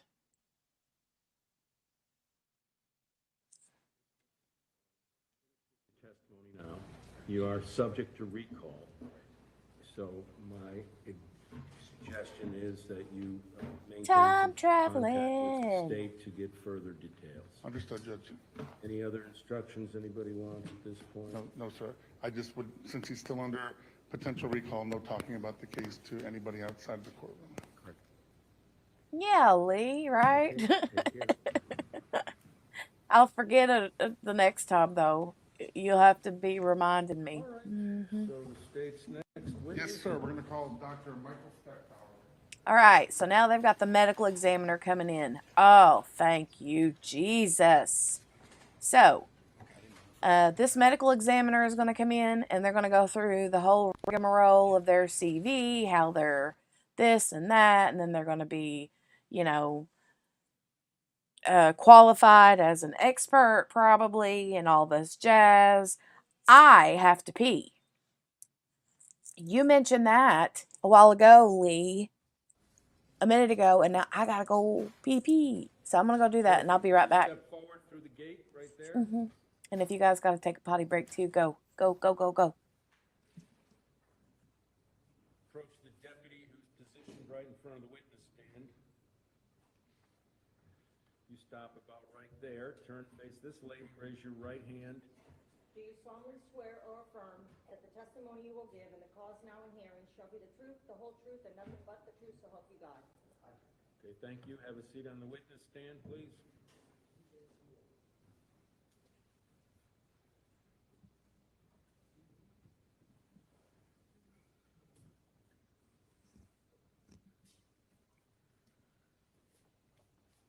Good afternoon, sir. Afternoon. Judge, may I proceed? Yes. Dr. Stackbauer, you all set up? Okay. I am. All right, good. Good afternoon, sir. Good afternoon. Dr. Stackbauer, could you state your name for the jury? Absolutely. I am Dr. Michael Robert Steckbauer. And how are you employed? I am the current District 16 medical examiner. Did I mispronounce your name just now? Okay, good. Dr. Steckbauer, you are employed as our medical examiner? I am. And how long have you been doing that work down here in Monroe County? About 6.5 years. Okay. This is the part where I ask you to take the jury back a little bit about the progression of your career to get you to where you're at today. Yes. Yes, sir. So that long odyssey started many years back. I went to undergraduate. Well, actually, that's not really true. Initially, out of high school, I went into the military. Did an active duty stint in the Army for 6 years as a veterinary technician of all things. Thought I wanted to go to veterinary school. Clearly wanted to go to medical school. So then I went off to the University of Nevada, Las Vegas, and finished my bachelor's. I got a bachelor's in science with a minor in chemistry. Biology is the major, and minor was chemistry. I then went on to the University of Nevada School of Medicine to medical school, and I completed my medical degree. After that, I went off to my residency, which was in pathology, anatomic and clinical pathology. After completing that program at Ball Memorial Hospital in Muncie, Indiana, I did take what is called my anatomic pathology boards. This is essentially a test that one can take. You don't have to take it to practice, but if you take it, it shows that you have achieved a certain level of knowledge. So I did achieve board certification in anatomic pathology. I then attended my forensic pathology fellowship at the Miami-Dade Medical Examiner's Office. Upon completing that fellowship, I did also take my forensic boards and achieved board certification in forensic pathology. That entire time I was in the Army National Guard as well. I was a combat medic initially, and then later upon completion of medical school, I went to the Army's Flight Surgeons course. and have been practicing with the Army National Guard as a flight surgeon since. When I graduated that fellowship, I went off to Duval County, Jacksonville, as an associate medical examiner. I was there for about 2 years, and during which time I was deployed to Kosovo with the Army National Guard. I then went down to Broward County as an associate medical examiner in 2013. Was there for a number of years, ultimately becoming their director of medical education at one point, later becoming their deputy chief, and at the end of that being deployed to Kuwait and Iraq with the Army National Guard. After that, I then came down here and have been in this position since. During this time here, I also have a private practice. I do the forensic autopsies for the Royal Police in the Turks and Caicos Islands, almost all of their cases. I do the hardcore forensic cases for the Royal Police in Bermuda, as well as in the Cayman Islands, and do private autopsies. I think that covers everything. Okay. So you mentioned the phrase forensic pathologist, right? Yes, yes, sir. All right, let's tell the jury, what are the duties of a forensic pathologist? Forensic pathology differs from general autopsy medicine, autopsy pathology, in that it specifically centers on medical legal death investigation. And really kind of to just be generally broad with that, it means we do autopsies that are legally mandated on things that would meet the classifications of manners of death of homicide, suicide, accident. So strange we just don't know what it is, undetermined. Now we do plenty of natural deaths as well in that work, but they're simply because there's no regular doctor to sign, or they don't know exactly what's going on, and so they're kind of questionable and they come to us. And so we do the background investigation into those cases. They come into the office. We do the autopsies on them, interpretation, follow-up interpretation of toxicology test results, and microscopic examination. Of course, we testify on those cases, such as I'm doing here today. We do education for law enforcement and fire, as well as a number of other people. We occasionally have medical students, residents, paramedic students rotating through the office. We do education with them. Occasionally we do outreach to different organizations, do training as well. Doctor, you talked about autopsies. About how many autopsies have you performed in your career? Well, I quit counting a number of years back. I'm probably roughly about 5,000 at the current moment. And how many down here in Monroe County? Can you even estimate, or is that a rough Well, one to get we to? do about 150 a year here in this county, 6.5 years, so you can do the math on that. It's roughly about 900. But of course, as I've said, during that time, I have continued to do the cases for the Royal Police in those different island nations. You add those on top of it, it's probably somewhere roundabouts another 100 cases, including my private autopsies per year. And then I did, in fact, help out the chief medical examiner in Palm Beach for a number of years. I'm not really sure how many I did total for her, but if we say somewhere between an estimate of 250 to 300 per year. Wow.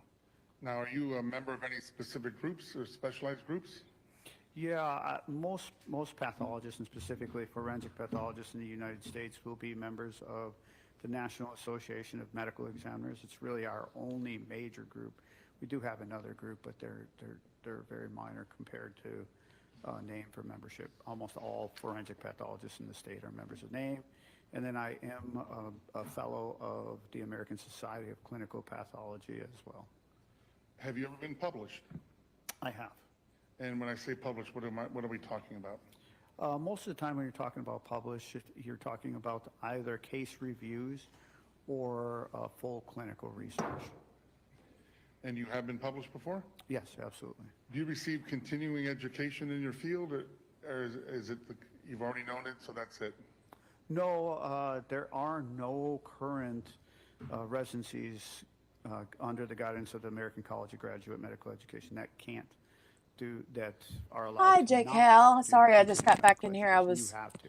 On a potty So break, I potty do break, do potty continuing break. medical education. I do that both for my board certification The as only well evidence that as we've seen so for far has my been medical pretty licensure. The state licensure circumstantial board here and in word of Florida mouth, requires 30 to 40 credits of in CME my per year. opinion. Some certain classes mandated, others you can do it in whatever area of medicine you'd like. And then the American Board of Pathology requires 70 credits themselves. And do you have to do that to maintain your accreditation or your certificate to practice? My certification. Certification. Now, there is, I guess, one other caveat to that. I was unluckily one of the last people in my year group period that still had to take a high stakes test at 10 years to renew my board certification. Thankfully, they got rid of that and they changed it in pattern, but I did actually about a year, and I think that was a year and a half ago, I took a large exam, 10-year exam within my field to show, in fact, that I did still know what I knew and that I had kept up on it. Yeah, I Are you board agree. certified by the American Board of Pathology? Yes, that is correct. I Is that above agree. and beyond your regular certification, or is that the one we're talking about? That is the That's one we're very talking about. possible. Fair enough. Now. Very, very let's talk- possible. You already explained to the jury an autopsy. You said an autopsy can determine cause Yeah, and manner Lisa's of no death. Is that smoking right? gun, that's for Yes, sure. that is correct. So let's talk about the difference. When you say cause of death, what are you referring to? The cause of death is that thing that led to the physiologic derangement Right, in Morgana, the body that was on the no Richard longer Allen. compatible with life. The manner of death is a category that the cause of deaths fall within. I like to use the example of things like a firearm death. You can have a firearm death that is in fact homicidal. Somebody pulled the trigger. I did and see it, caused that Morgana. I person's did, death. I You can did. have a firearm death that is suicidal. Somebody pulled the trigger themselves. You can have a firearm death, although they're not common. You can have a firearm death that is going to be accidental.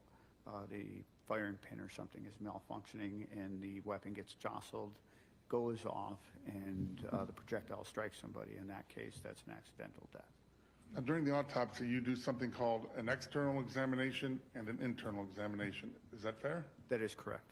Let's talk about the differences. First, external examination. What, if anything, are you looking for when you conduct that? An external examination is exactly what it sounds like. It examines the external surface of the body. Now, I do tell everyone, especially when I have police from the academy for the initial training, I say that the autopsy begins with the scene investigation. Whether that's a scene investigation that I directly perform or a scene investigation that the law enforcement officers have performed and relayed to me. You know, you can have a person who dies, and without that information, you're kind of flying blind. You have a 30-year-old, you know, who's dead in their bed. That could be potential drug overdose. Hey, Morgana, no, we didn't really talk about it much in here, but we did the, were you in there earlier today whenever we were doing the Delphi stream? Because I did a Delphi stream this morning early, or well, not early, but earlier. I think it was right about 11 o'clock this morning when we streamed the Delphi Supreme Court hearing. So, but yeah, definitely very interesting.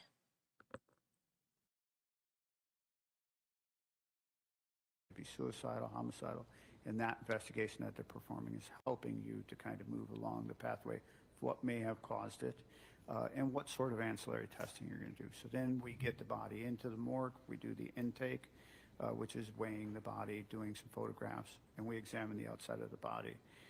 The general hair, state of the hair, color of the hair, length of the hair, if there's any findings in any of these things. The eyes, the general color of the eyes, if there's any findings in the eyes that would help to indicate to you what the cause of death was. Is there some yellowing? They could have hepatitis, things like this. The mouth, are there any findings in the mouth? 30-year-old. Oh, wait. No, I didn't see that. No, I did not see. Oh, I didn't read. I skimmed. I'm sorry. I skimmed the comments. So they already came back? I figured it was going to be like weeks before they would come back with a ruling. No, I didn't hear that. Well, I'm excited. I'm happy for him. Seriously. Wow. Okay, that's pretty cool. That's pretty cool. That's pretty cool. Um, Morgana, can you send me a link to that, to somewhere where I can find that? Thank you guys for the heads up. That's amazing. Yeah, same judge. But like they were talking about earlier, maybe it'll be like a step by step kind of thing. Um, Maybe she'll recuse herself. I don't know. I don't know. Maybe not. Maybe we'll find out, I guess, won't we? Just saw it on the local news. Don't know about a leak. Okay, Morgana, I'll go look it up on Twitter. Twitter is the place to find the information. So I'll go look that up. But thank you for sharing. Okay, we're going to continue. We're continuing.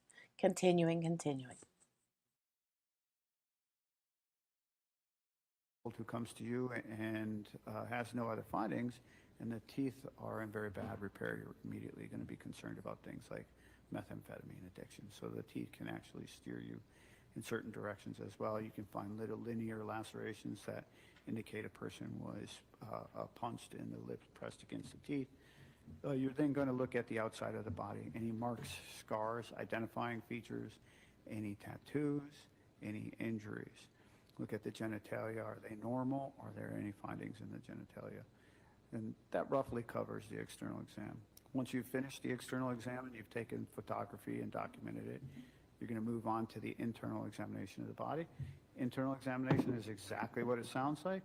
You are going to open up the thoracic cavity and the abdomen via what is called a Y incision. The tissues will be reflected back. We document all of this in place. If photographs need to be taken, we do take them of any pertinent findings. We examine the organs in situ, inside the body as they present themselves, and then we remove them. We weigh them and we dissect them further. We take toxicology specimens as we go. If available, we try to get vitreous fluid from the eyes. We try to get peripheral blood, meaning blood that is away from the heart, towards the common iliac vessels. We gather urine if it's available. We gather bile from the gallbladder because certain substances are in fact concentrated in bile. Once we've done all of that, we then reflect the scalp, open the calvarium, of course examine the brain in place, take it out, weigh it, dissect it as well. We do keep small sections of, representative sections of all of these organs and any specific pertinent findings as we go. And again, like I said, we take photographs as we move along this process if they are needed. Now, Dr. Stegbar, let's take you back to November of 2017. Were you conducting autopsies in Monroe County at that time? I was. All right. And were you asked to perform an autopsy on someone who came identified to you as Matthew Bonnett? I was, and I did. All right. And did you go to the scene on this particular death? No, I did not. Okay, sometimes you do go to the scene, right? Absolutely. All right, this one you didn't. No, generally if the body has been transported from the scene, of course, I'm a forensic pathologist, not a crime scene investigator. My expertise is in that body. And so generally if the body has been transported to the hospital or otherwise, we do not attend the scene. And that was the case in this situation. Okay.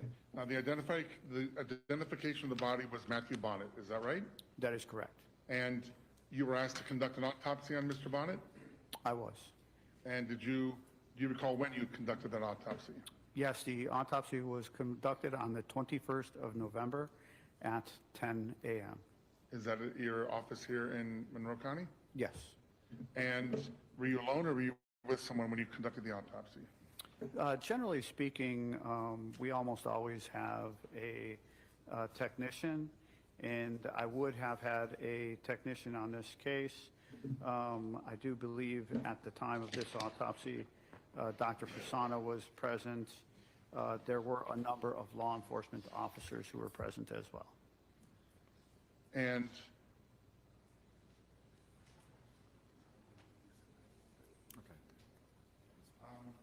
okay, so you were asked to do the autopsy and you performed it, you said on the 21st, right? That is correct. Okay, so let's take the jury through the autopsy. First of all, can you describe Mr. Bonnett in general? Absolutely. As per the report, the body is that of a 69-inch, 173-pound adult white male who appears consistent with the reported age of 59 years. The body was well preserved. It was cold. Rigor mortis was present. Livor mortis was present. It was posterior red, purple, and fixed. His hair was of medium length and white in color. The eyes were brown.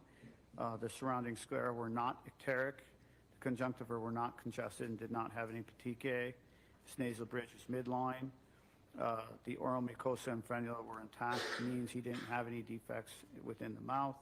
The teeth are natural and in relatively good condition, and the external canals were free of blood. His neck was generally straight. His chest and back were symmetric outside of the injuries and medical intervention that were present. His abdomen was flat. His external genitalia were those of a normal circumcised adult male. The testes were palpable in the scrotum. His external anus was unremarkable. His arms and legs were normally developed. He did, in fact, arrive to my office with bags covering the hands. That is normal to do in cases in which it is believed that an altercation has occurred. It allows us to better process the hands and potentially take things like fingernail clippings, because DNA can be present underneath the fingernails from the person that they may have gotten in an altercation with. And so bags were present on his hands. They were removed by me, and I did, in fact, obtain fingernail clippings from Mr. Bonnett. There was a scar, a 3-inch hyperpigmented linear scar in the lower midline of his abdomen. He did also have what we call our senile ecchymoses that had minor superficial skin lacerations. These are kind of what people call old age bruises. Anything on the external, any evidence of fatal injury on the external examination? Yes, absolutely. And what does anything to do with it? So moving on to the evidence of injury section on the report, initially the first thing that we described was a stab wound of his left upper arm. And the report has some specific measurements, and it has measurements of the actual wound. It has some measurements that kind of orient it on the body, and how, whether or not it has 2 sharp edges or just one. In this case, it had a single sharp edge at 9 o'clock. This helps us, it helps to indicate whether or not we have a single-edged weapon or potentially a weapon that has a serrated edge on the opposing side. And then it was described as having only gone down into the muscle and soft tissue about 2 inches. He also had another stab wound of his left upper arm. You said that was in the upper arm, is that right? That is correct. Left upper arm. Left upper arm? Yes. Front, back, or side? Specifically, that wound is 11.5 inches from the top of the head and 8 inches left of the midline. And so it is in the lateral aspect of that arm.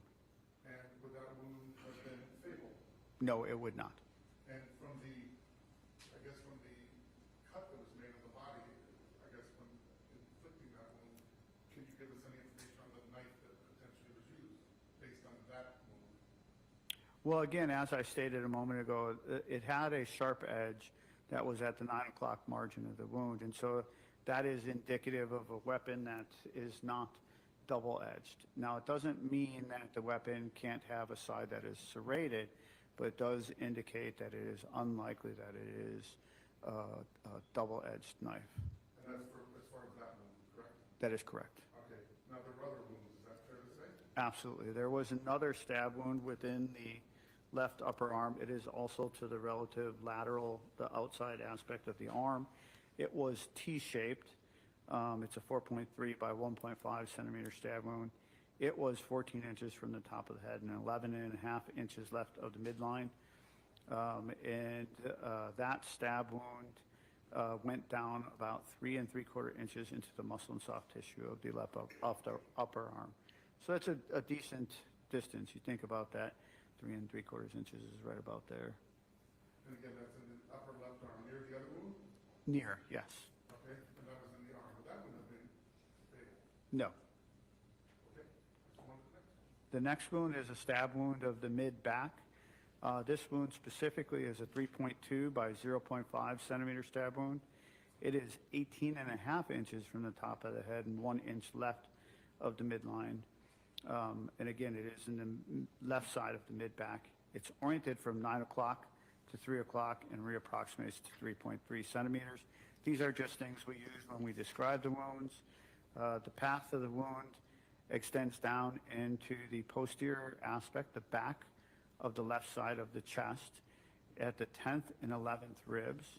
It then goes into the thoracic cavity and it goes through the left side of the diaphragm. It does not injure any other major structures. There is a liter of liquid and clotted blood that's collected within the abdominal cavity that is associated with that wound. That wound specifically has a directionality that is from left to right, front to back, and downwards. And that was, you said that was the first wound in the mid-back, is that right? That is correct. All right, and would that wound have been potentially fatal? It could have been fatal if, in fact, no care was rendered. It did not injure any large major structures, but by going into the back and going through the diaphragm, it absolutely would have caused a pneumothorax, and no medical attention would have meant that he would have passed away. Now, let's go on to the next. Was there another wound in the back as well? Absolutely. There are 2 combined wounds in the mid-back, and they are described exactly as that, 2 stab wounds in the mid-back that form a general L shape. And the first is given some description, same as these other wounds that we talked about. The measurements of it, 3.5 by 0.6 centimeter stab wound that is 14.5 inches from the top of the head and 2 1/4 inches left of the midline. In the left side of the mid-back, it's oriented from 7 o'clock to 1 o'clock and reapproximates to 3.7 centimeters. The second wound that connects with this, making that L shape, is 2.8 by 0.5 centimeters. It's 15 inches from the top of the head and 2.5 inches left of the midline in the mid-back. It's oriented from 9 o'clock to 3:30 and reapproximates to 2.8 centimeters. So then in the report, what I did with this, because these wounds do what we call commingle, they combine, I described it as such. I said, please note that due to commingling of the wound tracks of these 2 stab wounds, they are described together. The path of the wound extends down. It enters the posterior aspect, the back of the left side of the thoracic cavity, the chest, at the 7th and 8th intercostal space. The wound tract, the injures the descending aorta at the level of the 9th thoracic vertebra, and the left lower lung lobe is also perforated. Associated with that wound is a liter of liquid and clotted blood in the left side of the thoracic cavity. And the path of that wound is from back to front, left to right, and downwards. Now, you did say you photographed during the autopsy, is that correct?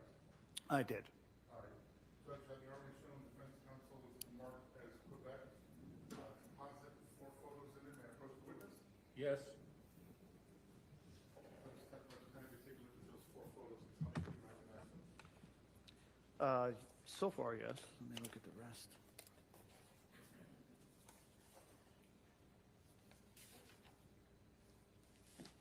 Yes, I do recognize them. Okay, and are those photographs consistent with the person that you performed the autopsy on? Yes. And some of them are actually from the autopsy, is that accurate? Yes, all but one are from the actual autopsy. Judge, at this time, objection? No, Your Honor. All right, state's exhibit Q for identification is now admitted into evidence is number 16. That's a composite exhibit. A through D.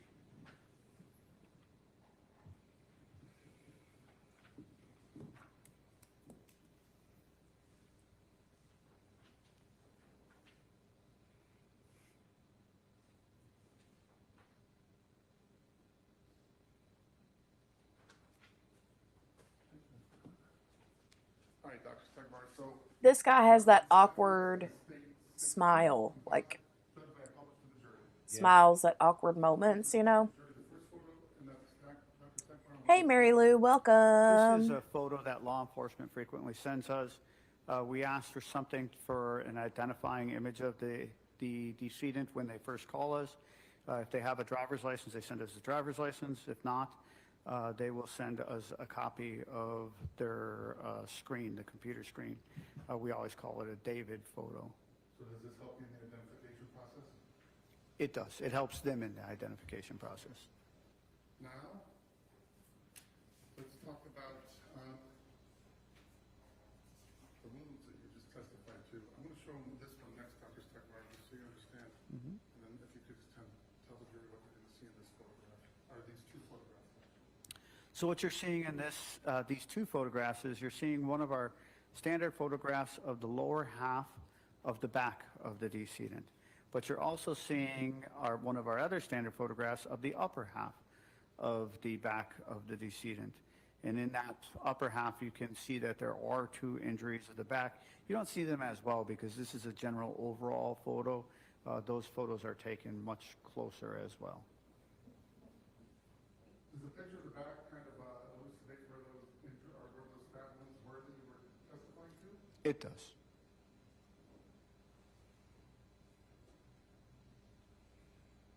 And the one looks almost like a V or something. Is that the one that you talked about having combined? Yes, A combination of two stab wounds? absolutely. So, and then there's another one down here, is that right? Correct.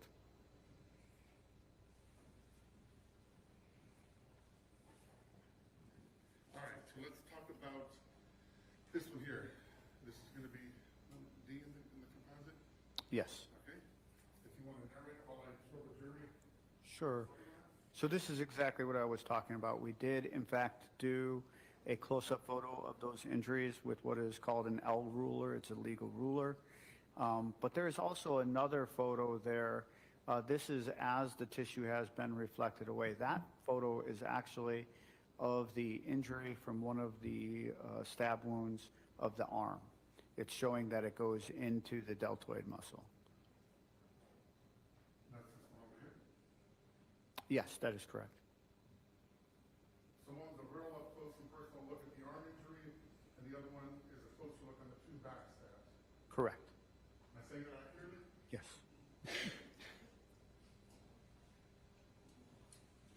All right, and then, we got one more.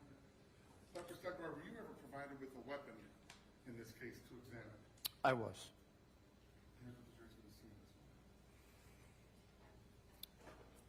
So these And, I'm sorry, this, for the record, this is 16B. These photographs, the top one is actually just a standard image we take. It is what we call a face shot. These are often used for identification by family members and others because they can be cleaned up on a computer surface. The bottom one is a picture of the knife that was presented to us at autopsy as potentially being the weapon that was used. And what was the purpose in presenting you with the knife? The primary reason that they presented me with the knife is that there is a laceration, abrasion, impression along the nose that is quite consistent with the butt of that knife. They wanted to compare those two. We do, in fact, have an autopsy photograph where that knife is held adjacent to the decedent's nose, comparing the back of that knife to the impression along his nose. Were you able to opine at all whether that knife would be consistent with the stab wounds that you discovered on Mr. Bonnett? Yes, it is. It is consistent. It is. Okay, and can you give the jury Like, how do you go about that examination of the knife to the wounds? Whenever you're professionally trying to evaluate and say, could this be consistent with or not, you're looking at things like what we talked about earlier. Is the wound single-edged? Is it double-edged? Is the weapon single-edged? Is it double-edged? Things like this. If we have injuries that could have been caused by another part of the weapon, are there patterns to those injuries that would go along with some part of that weapon? In this case, of course, we do. And so when you evaluate those things together, it makes the instrument, the weapon, consistent with the injuries that you're seeing. Dr. Tucker, I'm going to show you what's in evidence now. It states 14. And have you take a look. How are you this evening, Mary Lou? Yes, You staying warm? It is the knife that was presented to me at the autopsy. All right, and take a look at the blade of the knife. Is it that two different sides, or is it all consistent? It does, in fact, have two different sides. One has a normal sharp edge, and the other has what we call a serrated edge. Now, the stab wounds in the back, is it consistent?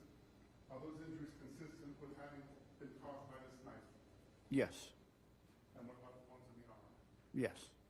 And then you said the blood of the knife also caused a nose injury? It is consistent with the injury on the nose. Okay. Can I have a picture? One or two. As you should be, Mary Lou, wrapped up Dr. Tucker, I'm going to show you. in diamond painting. State 6. You recognize the photo? I do. Is that Mr. Bonnett? It is. Now you see a nose injury there, right? Yes, Is that the nose injury you're talking about?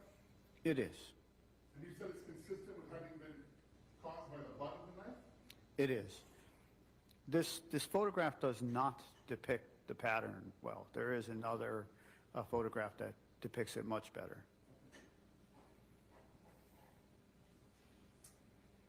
Did you do a thank you, ladies. Did you do a toxicology on this person? Yes, we did.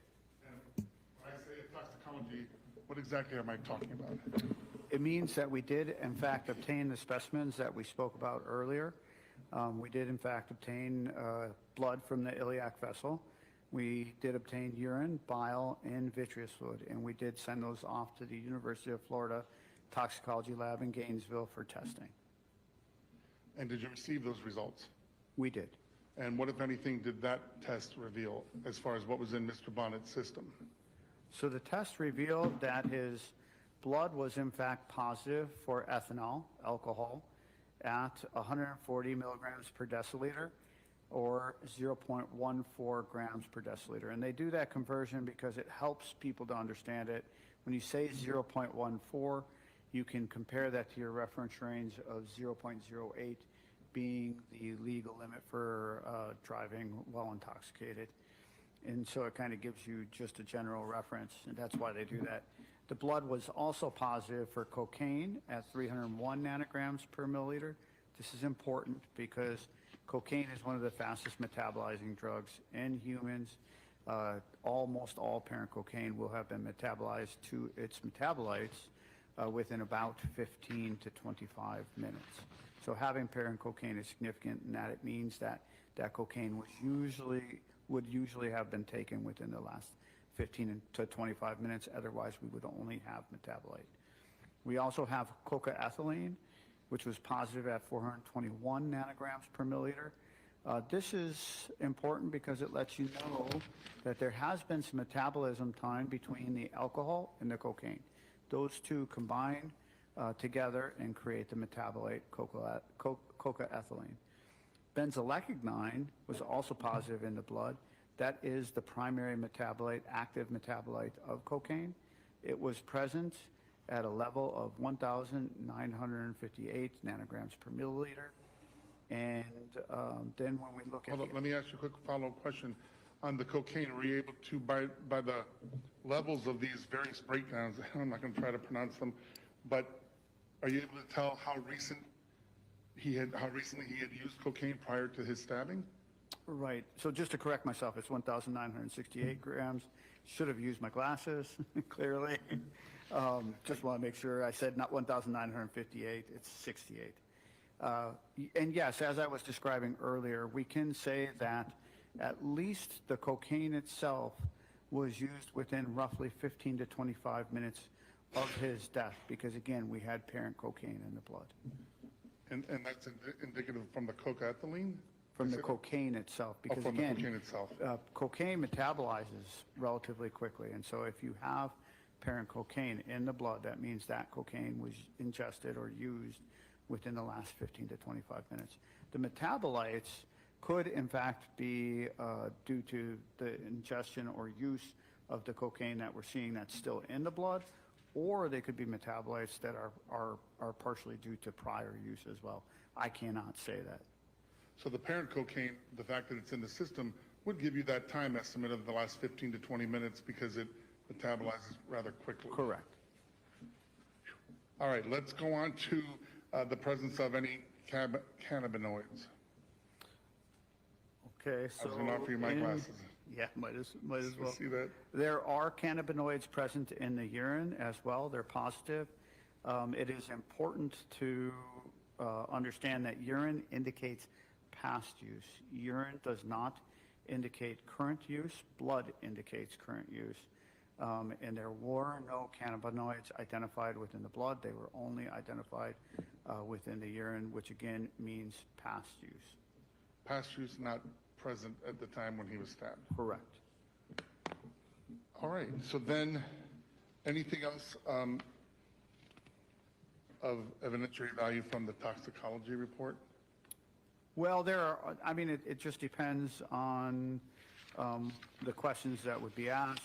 The urine was also positive for ethanol at 185 milligrams per deciliter, and the vitreous humor, the fluid from the eyes, was positive at 140 milligrams per deciliter. Now, it is important to oftentimes we look at blood versus vitreous fluid for different drug levels to say whether they're still in the absorptive phase or metabolic phase. In this case, they're equal. Both were 140, so that means that he's kind of at a steady state. Of alcohol consumption. Of alcohol, correct. And the urine was also positive for those other metabolites in active parent cocaine that we talked about, the cocaethylene and the benzoyl-9. Now, you had said, so in all, he had cocaine and alcohol in his system. Is that fair to say? In their metabolites, correct. And you had mentioned his hands had been bagged, right, for preservation? Correct. Did you submit fingernail clippings?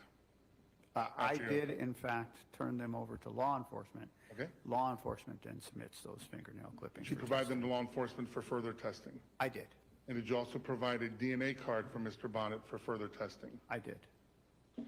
Now, Dr. Steckbauer, when all was said and done, did you make any findings to a degree of medical certainty as to the cause of death here? Yes, in this case, the cause of death was stated as multiple sharp force injuries and the manner of death as homicide. Now, how are you able to determine it was multiple sharp force injuries and not cocaine overdose? Well, again, the one injury, well, the two combined injuries that we spoke about. The one that formed the V in the back? Right. They, in fact, did injure the aorta, and they, in fact, did cause a good amount of blood to collect within the thoracic cavity. That is not compatible with life. It also had the injury that went through the diaphragm and up into the thoracic cavity and the blood within the abdomen. Those are not compatible with life. Although any amount of cocaine can cause a person's death, clearly the sharp force injuries were much more, I don't want to say impressive. Dominant? They would have a much greater effect. So the fact that the stab wound in the back punctured or perforated the aorta, is that a fairly significant wound? Yes, the aorta is the largest blood vessel in the body. It's under high pressure, which is why that blood collects within those cavities. The blood that would have been lost is, of course, probably even greater than that which we quantitated, because blood is going to have come out of those wounds. On top of that, you had emergency personnel who, in fact, were trying to save his life. They did a thoracotomy procedure in which they did open the chest in a way that we call a clamshell, which literally means they make a large incision, they open it up. They're trying to get access to repair those injuries emergently so that they can stabilize the person. And so some of the blood would have been lost then as well. So it's almost a certainty that he had lost more blood than what we're talking about in the report. Now, did you issue a death certificate in Matthew Bonnett's name in this case? I did. And on the death certificate, do you put in the information about cause and manner of death? I did. Was there, Dr. Steckmar, I'm curious, was there any evidence on his body, Mr. Bonnett's body, of a struggle? Was there bruising on his arms or legs or knuckles, anything that would be evidence consistent with a struggle? Well, he does have some additional injuries, and depending on how you would categorize those injuries, some of them could be indicative of a struggle. He had some bruising of the knees, if I remember correctly. For some reason. Oh, that's why. So specifically, he had a laceration with surrounding purple bruising of the bridge of the nose. We talked about that. He had a red abrasion, linear red abrasion of the bridge of the nose. He had an abrasion of the right cheek. He did have a healing wound of the right knee. Now, that's not indicative of an altercation at the current time because, of course, it's healing. But he did, in fact, have a purple-brown bruise of the right knee, which could be indicative of an altercation. He also had a brown bruise in the right foot, which could have been part of this altercation. He had a healing wound of the left knee. Again, it's healing, so it's old. He had a red abrasion of the left side of the upper aspect of the chest, which could have been a part of this altercation. He did also have a superficial red abrasion of the left upper extremity. Again, could have been a part of this altercation. And he had a laceration in the left upper extremity, which could have been a part of this altercation. So many of those would be consistent with some kind of a struggle or a fight at the time of his stabbing. Yes.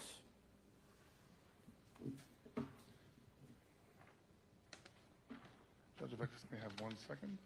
Yes. Nothing further for Dr. Steckmar. Sir, thank you for your time today. Right. We're going to take a little break before we have think the judge says cross-examination. We've been in yes. session here for a couple hours, so bear with us. It's going to be a 15-minute break. Members of the jury, you don't have to stay in the jury room. It's follow the usual procedures. 3:21, that would put us to 3:36. So see you back here. Continue the testimony. All right, now I'm going to fast forward it, you guys, because that's what we're going to do. Oh, and you guys, I didn't even notice today. He's in a vest and a shirt. He looks nice today. He looks nice today. Let's see if there's any arguments, though, before we fast forward. All right, our jurors have exited the courtroom. You can take a break also, Doctor. Just remember, we have the rule of sequestration of witnesses, so you're not to discuss your testimony with anyone during the break. Any other instructions? No? All right, we'll be back. All right. Yeah, time travel, right, JB's mama? We're going to time travel, friends. We're going to time travel. Hold your horses. Make sure you got your seatbelts on because we're going to go fast. Buckle up, baby. It's going to be a bumpy ride. Oh, see? That was quick. Quick as lightning. Yeah, Mary Lou, back to the chitter chatter. I hope you stay warm the next few days and you know, enjoy your days off, Mary Lou. Kel says, wee. Excuse me? I see him, you'd please come on back up to the witness stand, Doctor.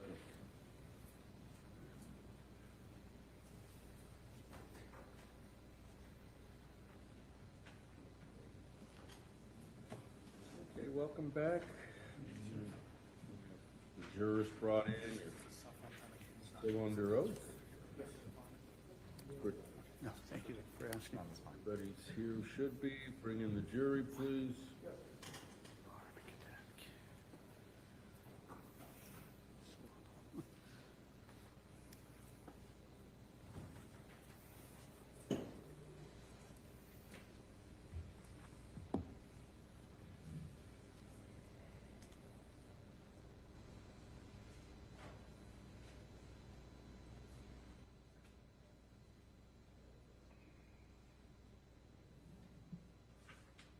How do you think he's going to do? You think it's going to be quick?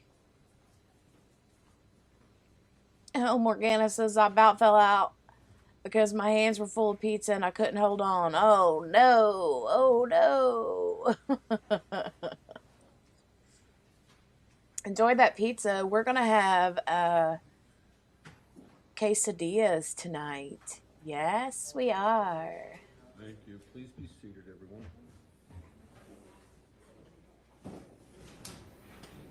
Welcome back to the courtroom, members of the jury.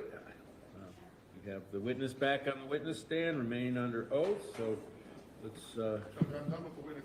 Before I sat down, I wanted to move into evidence with the previously marked as Romeo. It's the death certificate. Is there any objection? No, no, All right. Admit number 17 for the state. All right, so now cross-examination.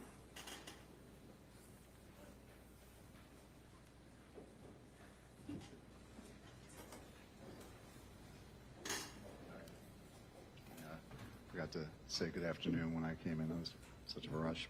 Good, welcome back. Dr. Sackbauer, I'm going to make this real quick, real painless, I think, I would hope. Now, in your report, you stated that the knife is consistent with the wounds and it is most likely what killed Matthew Bonnett, correct? Consistent with. Consistent with it. Okay, so not exactly, it's not 100% sure, but it is consistent, correct? Correct. Okay, good. Same thing with the, was it the injury on the bridge of the nose? Yes, correct. And now you said you do DNA spot cards. We did a depo with you, I believe, and I was reading something about your DNA spot cards. Could you please explain what that is? Oh, absolutely. So we do in this office, we do a DNA spot card on all of the autopsies or even external examinations we do. We obtain blood from the decedent and we make what we call a spot card. These are just little cards. They have little circles. You've probably seen them on Hollywood. We do actually use professional spot cards, which means we purchase ones. The paper is impregnated with certain substances to help stabilize the DNA for testing, and then we make them and we retain them. The majority of those spot cards never actually get tested. They're just retained in the file. Okay, so they're retained by the medical examiner's By my office? office. Okay. Yes, sir. Okay. And again, when I was reading our deposition of you, you were made aware of the DNA results. Is that correct? To be honest, I don't recollect. I would imagine not. It was quite a while ago. Now, without going into the DNA results, one of the other things I happened to notice in our deposition of you, if two different blood types, two different samples of blood are found on the same blade, what is that indicative of? If two different blood separate types. samples, yeah, two different. Not two different DNA patterns, just two different blood types. Yeah, two different, I guess, even two different DNA patterns. If you find multiple sets of blood, I guess, on the same blade, it would be the better way. I'm a layman, so you gotta excuse my lack of medical knowledge here. No But if you stress. found two different types of blood on the blade, what would that be indicative of? It would indicate that there were two contributors, Two contributors. two people. Okay, and which would mean that blade was probably used on both people, correct? It would just mean that substance containing two people's DNA was on the knife or whatever object was Right. tested. It wouldn't necessarily mean that it was used on two people, because of course you cast DNA simply from your palm, but of course it could have been used on two people too. I don't know. Right, I think I understand what you're saying here. I'm that- sorry, Mr. Tucker, would you mind moving the Yes, podium I here a sure little can. bit? Because I sure I'm can, having I'm a hard sorry. time seeing the state's table, and I do need to be able to see everyone. Thank you. Thank you. Now, it wouldn't be 100% conclusive is what you're trying to say, I think. Well, I wouldn't say that. The fact that you would get a profile, and I would leave that to an expert in DNA to talk about the likelihood that a given DNA profile belongs to a given individual. Statistically, I would definitely leave that alone. But I wouldn't say that having a profile on a weapon means that that person had to be involved in using the weapon or not using the weapon. I wouldn't testify to that. I would simply state that if I was made aware of it, that their profile was found on the weapon. Okay. I don't know if that I answers think the you were, question. I think, again, layman here, I think you were talking about DNA transfer from other things too, there's possibility or, that kind of thing. Judge, I'm going to object. The question is. Oh, yeah, let me try and rephrase. Like I said, I'm trying to key in on medical terms that I'm not exactly familiar with. Okay. Again, we're going back to the DNA or the blood of different people being found on the object, whatever the object would be. Would that be consistent with that object being, again, coming into contact with both of those people? Yes, absolutely. Okay, I think that's a better way. I should have said it. Now, again, that would mean it most likely would be contact, though, not secondary contact like we were just talking, like I was just trying to describe secondary, like, okay. I definitely wouldn't testify. It's okay. I wouldn't testify to that. Right. The likelihood, I would definitely defer to an expert in DNA. DNA. Okay, Absolutely. Okay, and, but you didn't test the knife, correct? I did not, no. Okay. And, again, I think let me check here, because I don't think there's too much else we need to go into. Now, just to clarify, when we were discussing all the wound patterns and the paths that you were talking about, now that doesn't say, again, it doesn't tell you much about the assailant, does it? The type of assailant? No, not at all. Okay, so it can't tell you how big, how tall, how, whether they're right or left-handed, any of that? No, it cannot. So it doesn't tell you much about the assailant other than this is consistent, this weapon is consistent with the wounds. Correct. Okay. All right, and let's see. Oh, and I don't think you'll remember this. I don't know if you would remember during the deposition, I don't know if you saw the other victim in the case, Miss Paula Belmont.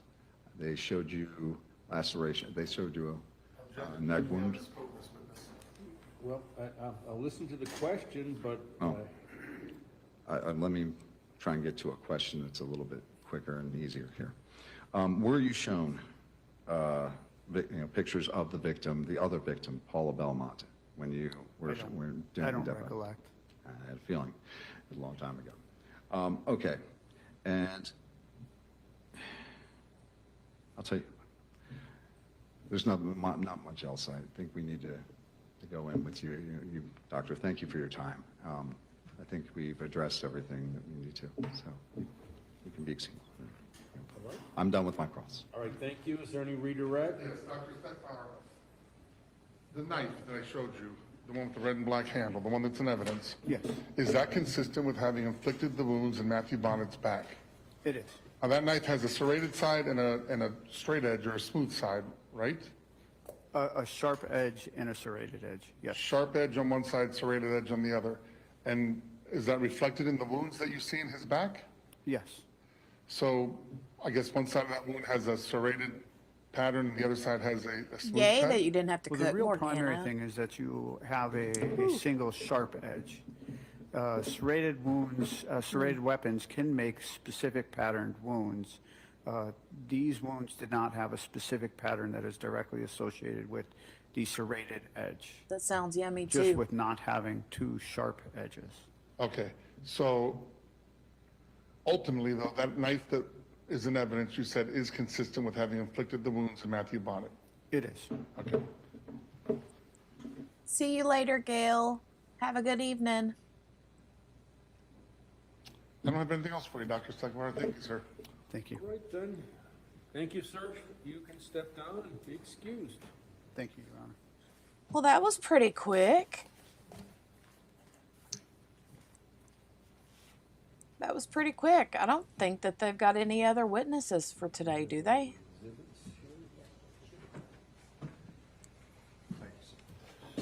They prepared to call their next witness? Yes, Your Honor. Oh, okay. We'll call Angela Ozlowski. Angela Olowski. Excuse me? We need sidebar for just a second. Okay. Okay, he wants to sidebar for just a second. Okay. Fastest witness, yes. Yeah, I guarantee it, right? I agree. All right, let's scooch on by, scooch on by, scooch on by. Hold on to your pizza or hold on to your brownie, Morgana. All right. Time warp.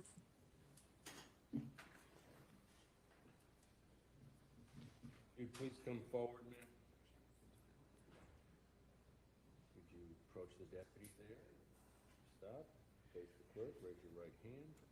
Do you solemnly swear or affirm that the testimony you will give in the cause now in hearing shall be the Morgana says, okay, I got it. Whee! Please have a seat on the witness stand. Speak loud and clear. It's like the tilt-a-whirl at the county fair, right? Or the teacups, whatever you all call them.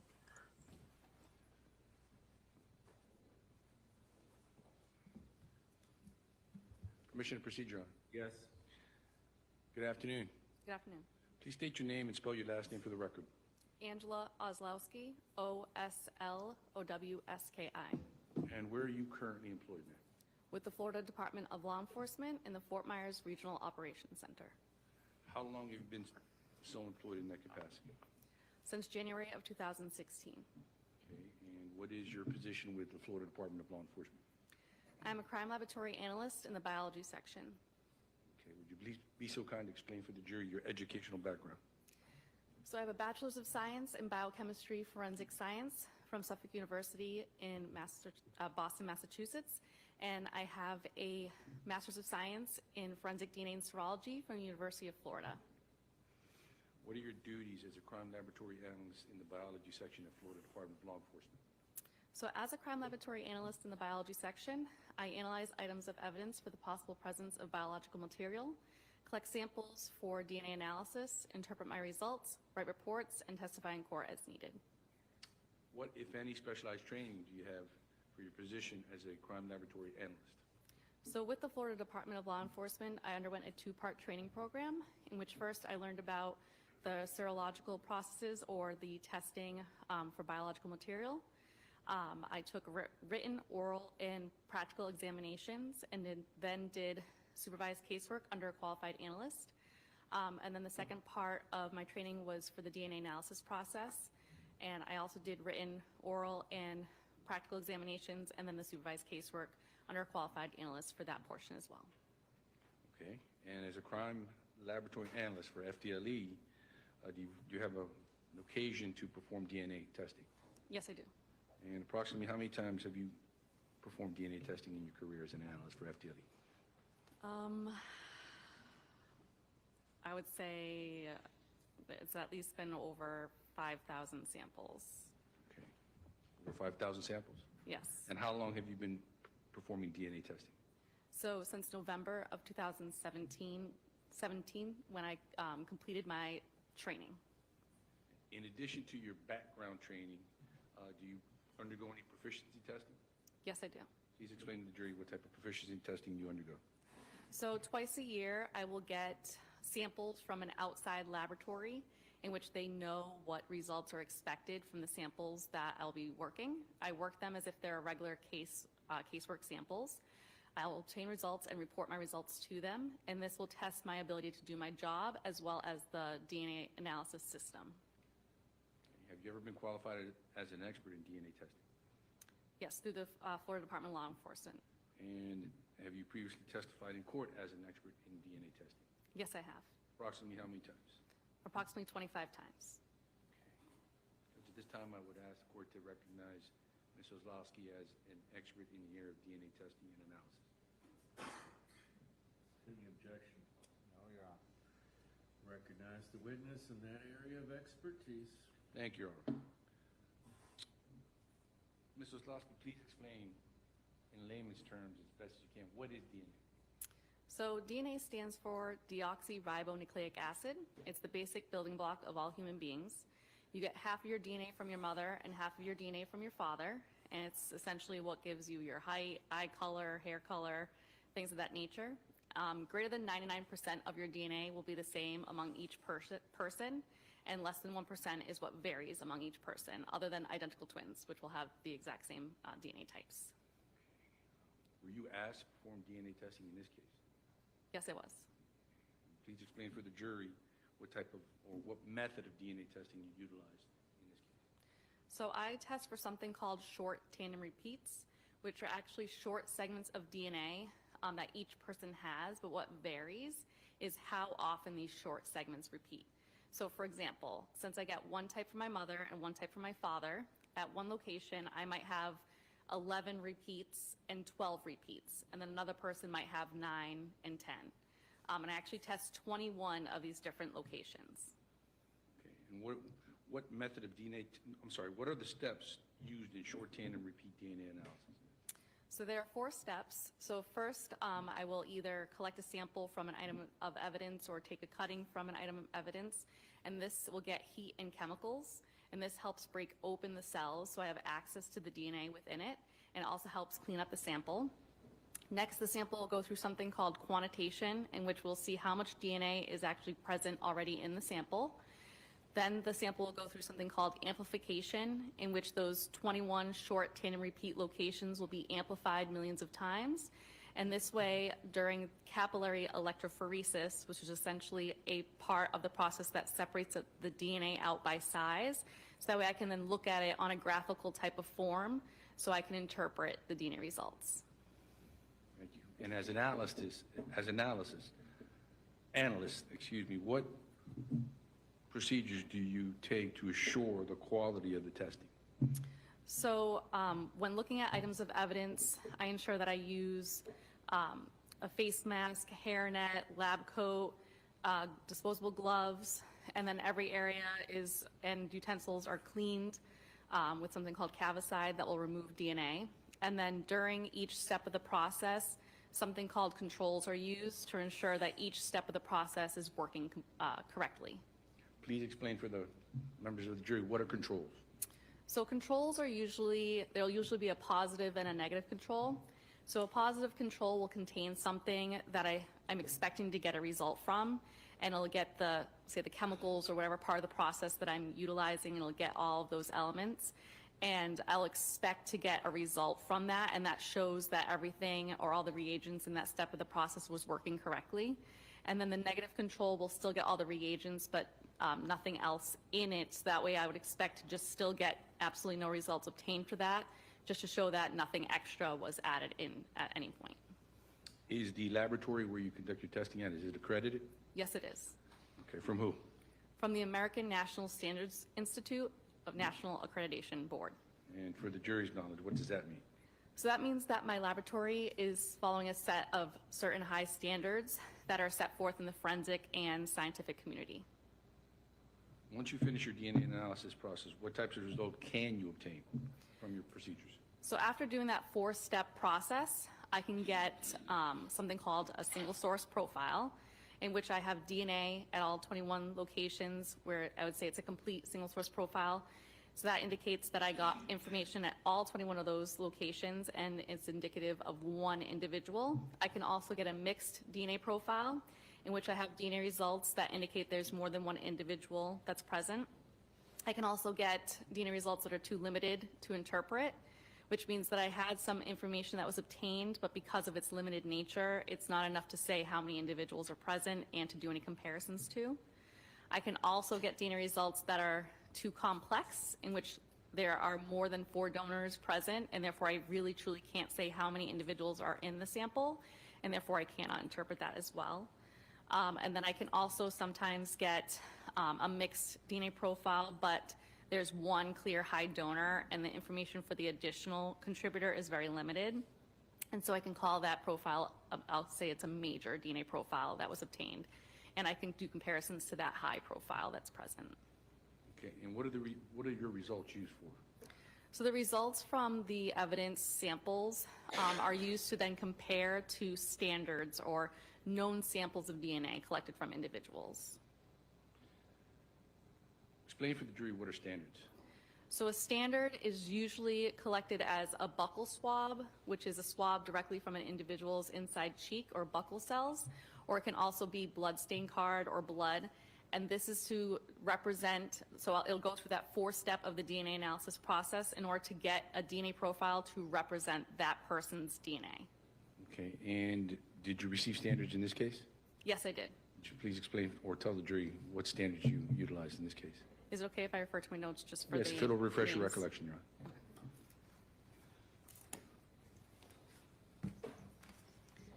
So I obtained buccal swabs from Franklin Tucker, buccal swabs from Rory Wilson, excuse me, buccal swabs from John Johnson. I also obtained a blood stain card from a Matthew Bonnett, as well as buccal swabs from a Paula Belmonte.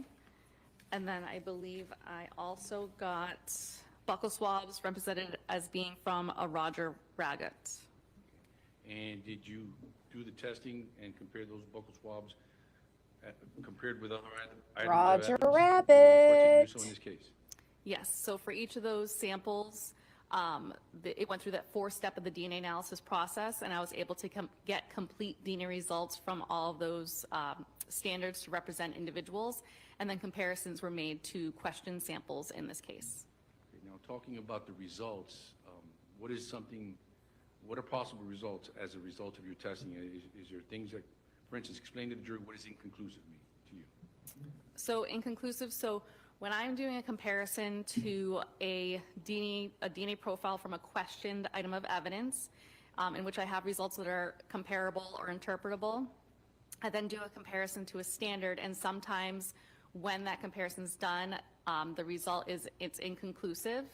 And this essentially means that I cannot say for certain if that individual is included or excluded as a possible contributor to the mixed DNA profile. So when I'm doing comparisons, I do something that's called a likelihood ratio, which is essentially comparing one event under 2 separate situations. So it's usually the DNA results given if a person contributed their DNA versus another person in the population with those DNA types. So when I'm doing that comparison, if it falls in that inconclusive zone, it'll be a range in which during my validation, it showed that there were some false inclusions and false exclusions when compared to standards. So in that range, I truly cannot say if that person is included as a possible contributor or excluded as a possible contributor. Okay. Based on your training, experience, your expertise in the area, would there be instances where there is no DNA, there is not sufficient DNA for you to come to a determination?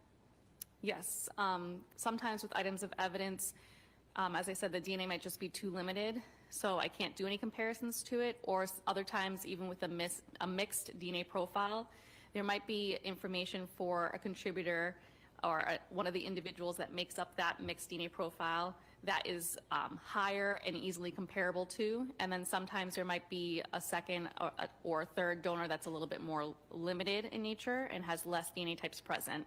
And a lot of times that's where the inconclusive comparison will be seen. For instance, is there necessary automatic DNA on this pen because I'm holding it in my hand? Not all the time. So DNA, it depends on a lot of different factors that can contribute to DNA being left behind. So it depends on the individual. Some individuals shed their DNA more easily than other individuals. And then on the item, it depends on length of contact. So the longer one holds onto an item, the more likely I'm expecting to see DNA present. If someone touches an item very briefly, it's less likely to see that DNA present.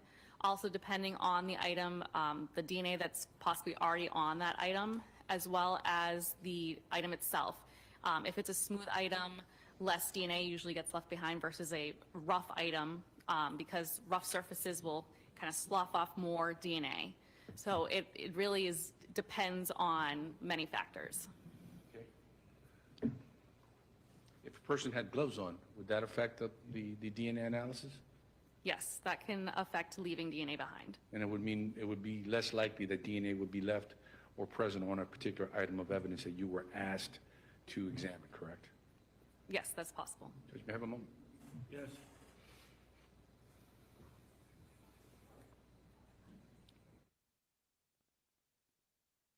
Okay. Okay, going back through your comments, you guys. The zip line, that cracked me up, JB's mama.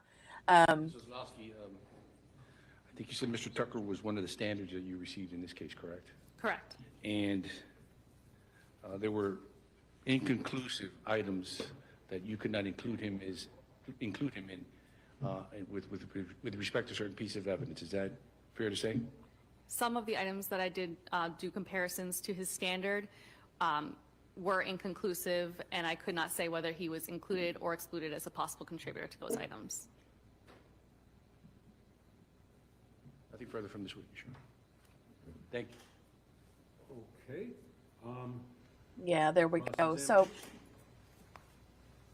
this will probably be quick and easy too. Basically, he's just going to be like, so yeah, you don't have my This DNA. crime laboratory analyst Oslowski. Okay. Or analyst Oslowski is fine.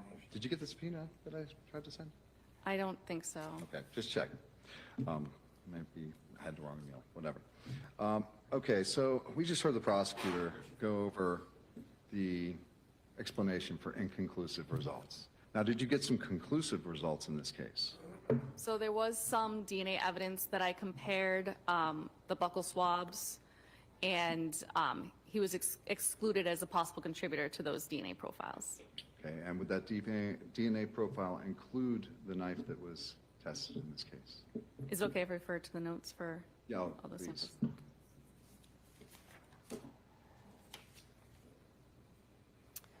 samples? So I did take a sample from the blunt end of the handle of the knife, and for that, Franklin Tucker was excluded as a possible was inconclusive.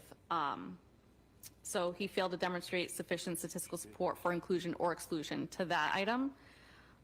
For the handle of the knife that I took a sample from, Franklin Tucker was excluded as a contributor to that mixed DNA profile. Let's see. Wait, what was he a contributor to?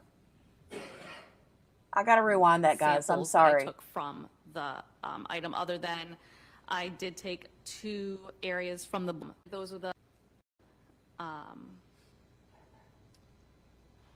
see. I believe those were the main samples that I took from the item, other than I did take 2 areas from the blade in which I got a complete DNA profile, but that DNA profile had matched the DNA profile from Matthew Bonnett. And was that a mixed DNA profile as well? Was there somebody else on that blade? So on area C and D of the blade that I had taken, that was a complete profile. So that was indicative of a single source profile. For the handle of the knife, that demonstrated the presence of a mixture consistent with 3 donors. Okay, and who were those 3 donors? So I did comparisons to standards that were submitted in the case. Rory Wilson was included as a possible contributor to the mixed DNA profile, and then I did the likelihood ratio that I mentioned, which is a statistic to give weight to that comparison. And the observed mixed DNA profile is 12,000 times more likely to occur if the sample originated from Rory Wilson and 2 unrelated individuals than from 3 unrelated individuals. I then did a comparison to Matthew Bonnett. He was included as a possible contributor to the mixed DNA profile. The observed mixed DNA profile is 9.9 million times more likely to occur if the sample originated from Matthew Bonnett and 2 unrelated individuals than from 3 unrelated individuals. I did the comparison as well to Paula Belmonte, and she was included as a possible contributor to the mixed DNA profile. And the observed mixed DNA profile is greater than 700 billion times more likely to occur if the sample originated. Did I go forward and not backwards? Because I could have swore I hit the back button like 4 times to go back like 20 seconds. What happened? Somebody help me out here. Lee, what did I do? What did I do? What did I do? I heard her say that Franklin Tucker. Okay, well then let me go back. I'm so sorry. I hit the back button. I sat here and watched it. Good gravy. I had a dyslexic moment for a second. Hold on. Bear with me, folks. Back.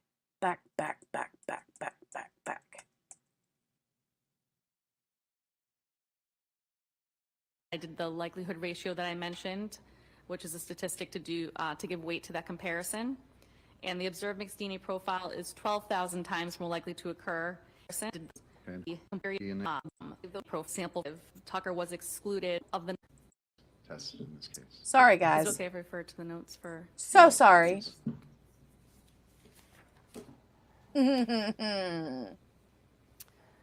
So I did take a sample from the blunt end of the handle of the knife, and for that, Franklin Tucker was excluded as a possible was inconclusive.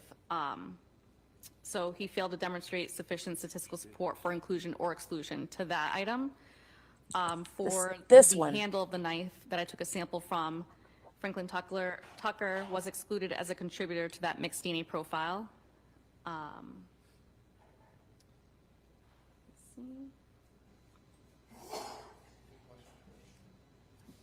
believe those were the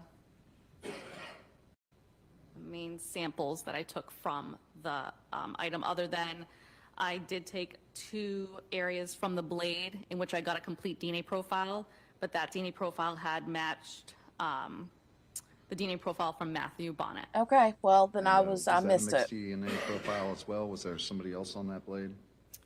So on area C and D of the blade that I had taken, that was a complete profile. So that was indicative of a single source profile. For the handle of the knife, that demonstrated the presence of a mixture consistent with 3 donors. Okay, and who were those 3 donors? So I did comparisons to standards that were submitted in the case. Rory Wilson was included as a possible contributor to the mixed DNA profile, and then I did the likelihood ratio that I mentioned, which is a statistic to give weight to that comparison. And the observed mixed DNA profile is 12,000 times more likely to occur if the sample originated from Rory Wilson and 2 unrelated individuals than from 3 unrelated individuals. I then did a comparison to Matthew Bonnett. He was included as a possible contributor to the mixed DNA profile. The observed mixed DNA profile is 9.9 million times more likely to occur if the sample originated from Matthew Bonnett and 2 unrelated individuals than from 3 unrelated individuals. I did the comparison as well to Paula Belmonte, and she was included as a possible contributor to the mixed DNA profile. And the observed mixed DNA profile is greater than 700 billion times more likely to occur if the sample originated from Paula Belmonte and 2 unrelated individuals than from 3 unrelated individuals.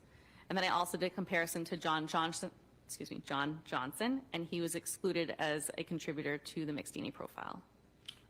Okay, And Ms. Oslowski, just in layman's terms, because I love the science behind it, but I'm a little bit more of a layman. Would that mean that it's highly likely that Roy Wilson at some time handled that knife and that it came into contact with both Matthew Bonnett and Ms. Paula Belmont? So since I'm never present, I can never fully say how DNA got on an item, when it got there, or under what circumstances. I can only do the comparison and say if the DNA types could be included as a possible contributor to the mixed sample, and then do a likelihood ratio to that comparison. Okay. But again, those are the three main contributors I would from what I'm gathering from your report. Those three individuals were included as possible contributors, and then I did the likelihood ratio to get the statistic for it. Okay, and what about the mask that you tested, the mask that was used? So for the mask, let me take a look. So I took several areas, several samples from the mask.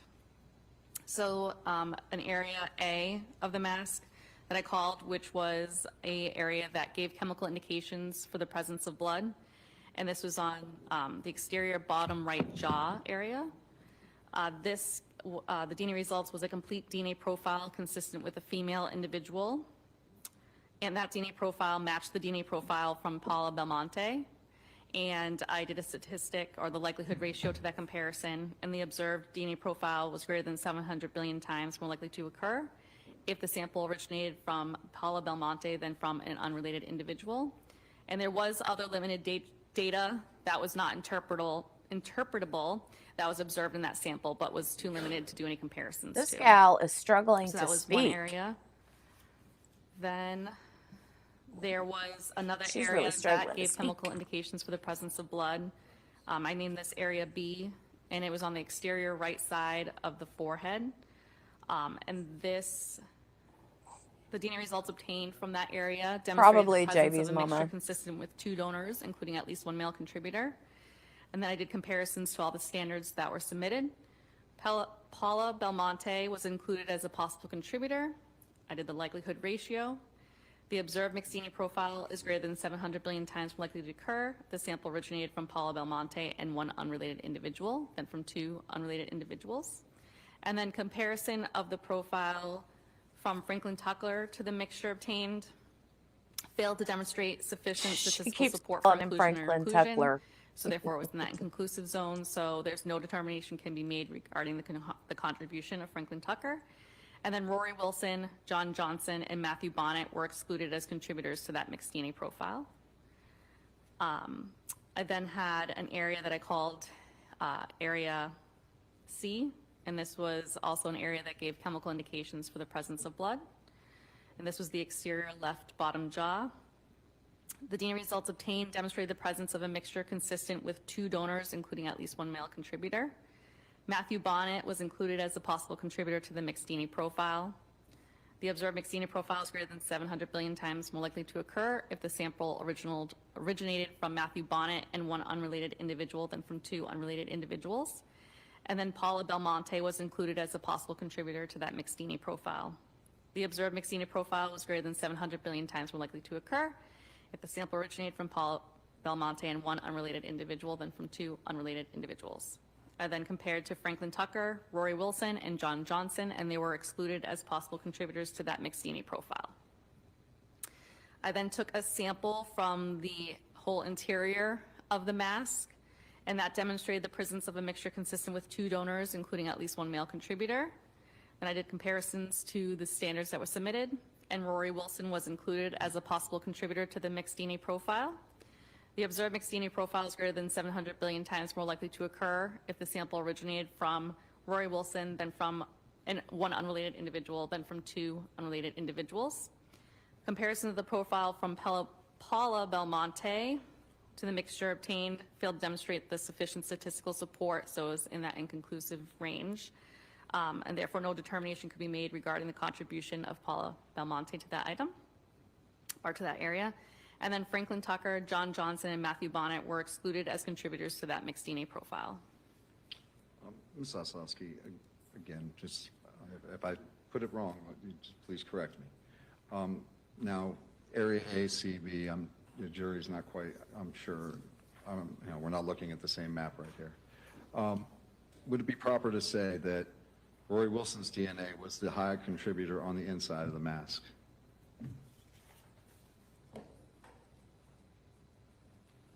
So for the inside of the mask, he was included as a possible contributor, and then I was able to do a likelihood ratio to that. And then otherwise, Franklin Tucker, John Johnson, and Matthew Bonnett were excluded as contributors, and Paula Belmonte was failed to demonstrate the sufficient statistical support for inclusion or exclusion. What was the likelihood of Rory Wilson? So the observed McSteamy profile was greater than 700 billion times more likely to occur if the sample originated from Rory Wilson and one unrelated individual than from two unrelated individuals. Okay. And then the rest of the ones the rest of the samples that you had were from the outside of the mask, is that correct? Correct. Okay, so that would have been a contributing of Paula Belmont and Matthew Bonnett, correct? That were conclusive. So these were areas that were reddish brown in color and gave chemical indication for the presence of blood. And then for area A, it was a complete female, consistent with a complete female individual, and it matched the DNA profile of Paula Belmonte. And then I did the statistic, the likelihood ratio. And then the area B was a mixture consistent with two donors, and Paula Belmonte was included as a possible contributor. And then for area 8C, which was a mixture of two donors, Matthew Bonnett was included as a possible contributor, and Paula Belmonte was included as a possible contributor. Okay, thank you. Now, as far as the inconclusive results, there's a lot of things that can cause inconclusive results, is that correct? Correct. Okay, and, again, I've heard of secondary DNA transfer. Can you please explain what that might be? So secondary DNA transfer is something that would occur. So say that I touch this glass of water, and then the bailiff touched the glass of water, and then we swabbed his hands, and my DNA was on his hands. So we didn't have any direct contact, so it was secondary transfer. Okay, but that's where that likelihood ratio comes in, isn't that correct? Where it's more direct, or there's more than enough DNA for the sample? So honestly, with my DNA results, I can never say how the DNA results got there. I can't say if it got there from primary, secondary transfer. I can only testify to the DNA results that I obtained and then do a comparison. Would it be more likely if there was more of a sample, say if you had a larger sample as opposed to a smaller one? It really depends on the sample.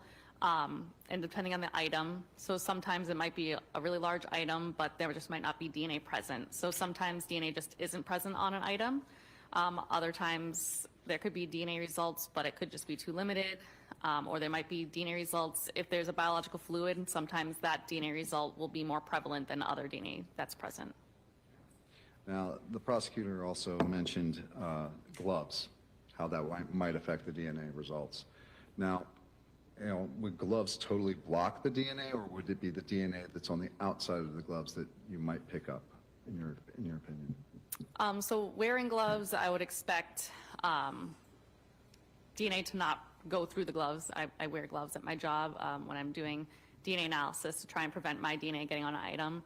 But obviously it's difficult to say what DNA might be on the outside of the gloves depending on if an individual touched other things and then touched something else.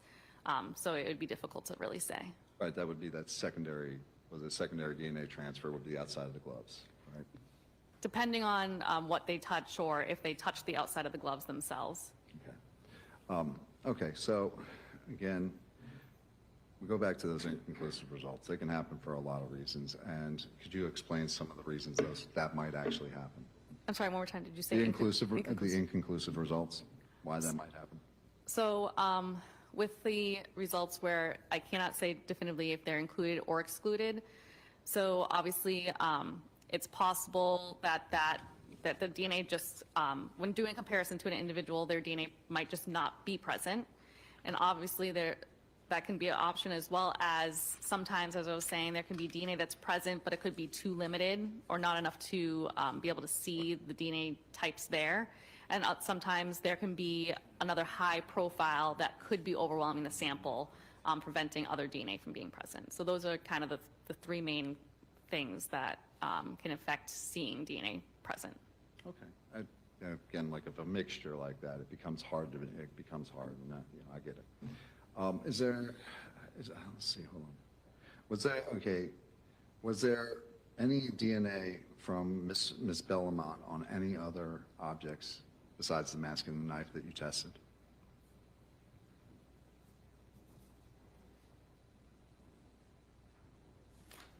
Just gonna look through.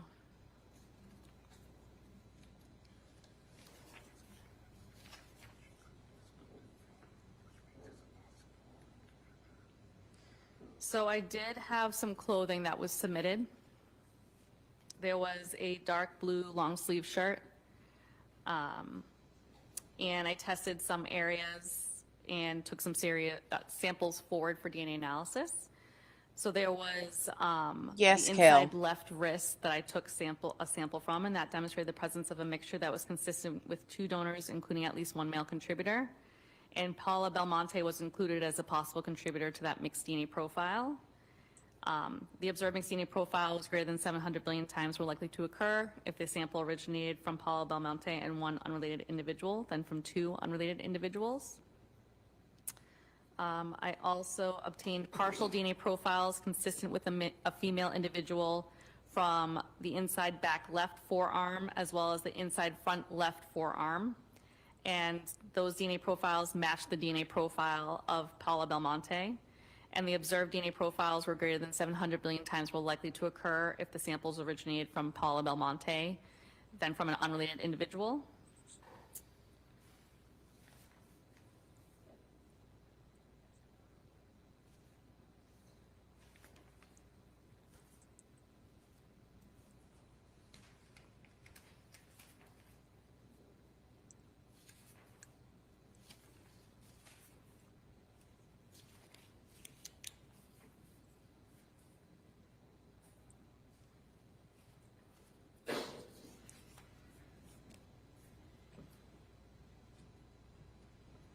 And then I also had a shirt,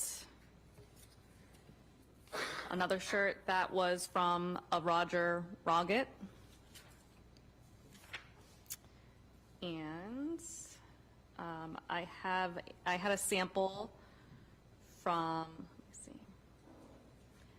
So with items that are collected directly from an individual, I can expect to see their DNA types present. So this item was said to come directly from Roger Roggett. So I was expecting to see his types, and there were 2 areas, the back middle right and back lower right, and he was expected to be a donor to that item. And then a complete foreign DNA profile consistent with a female donor was obtained from items 17D and 17E, which was the back middle right and back lower right. And that foreign DNA profile matched the DNA profile from Paula Belmonte. And then I did the statistic, and the observed foreign DNA profiles greater than 700 billion times were likely to occur if the samples originated from Paula Belmonte than from an unrelated individual. Okay, and Ms. Ostrowski, I'm just going to ask you a few more questions just to make sure here. Just to make sure. Now, was my DNA, Franklin Tyrone Tucker, just to be clear, was my DNA included in anything in this case? Was it actually, included as in nothing inconclusive? So for the DNA results that I obtained, there was no samples that he was included as a possible contributor. Okay, thank you. One other thing, the reason I asked about secondary DNA transfer, how often does that happen airborne? Does it normally have to be something you touch or something you come into contact with?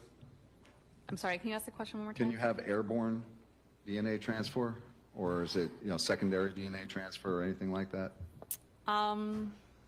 It's difficult to say. I mean, if someone spits kind of on an item, then that can contribute to DNA being left behind. I would imagine that could happen. Okay, so if you have something like the knife, right, and you have both victims' DNA on the blade or on that knife, right, now could it be concluded that it's highly likely it was used or came into contact with both people? So once again, I my likelihood ratio or my DNA testing doesn't determine that. I can't determine how that DNA got there. I can tell you that the samples that I took from the blade gave chemical indications for the presence of blood, and then tell you the results I got, and then the comparison to the standards that I obtained. No, but would it be highly unlikely that the DNA from, again, from one individual could go across the room to another? Mr. Tucker's testifying on it. I'm asking a question. Well, yeah, but it seems like, but go ahead, finish the question. Anyway, would it be highly unlikely that the DNA from one item could jump across the room and get on the wall? That's cause speculation. She's an expert. Well, experts don't get to speculate, but if you are able to answer it, you may. DNA cannot just move from one item to another. That's what I was Across the asking. room. Thank you, Ms. Osclas. Okay. That's exactly what I was asking. Maybe I didn't ask it correctly, but thank you for your time, and thank you for coming out today. I'm done with my questions. Is there any redirect? Absolutely. Good afternoon again. Good afternoon. Absolutely, Start Your with, Honor. You indicated, or you testified and mentioned the name John Johnson. Yes. Was he excluded from DNA on the knife, based on your report, if I refresh your recollection? Double check.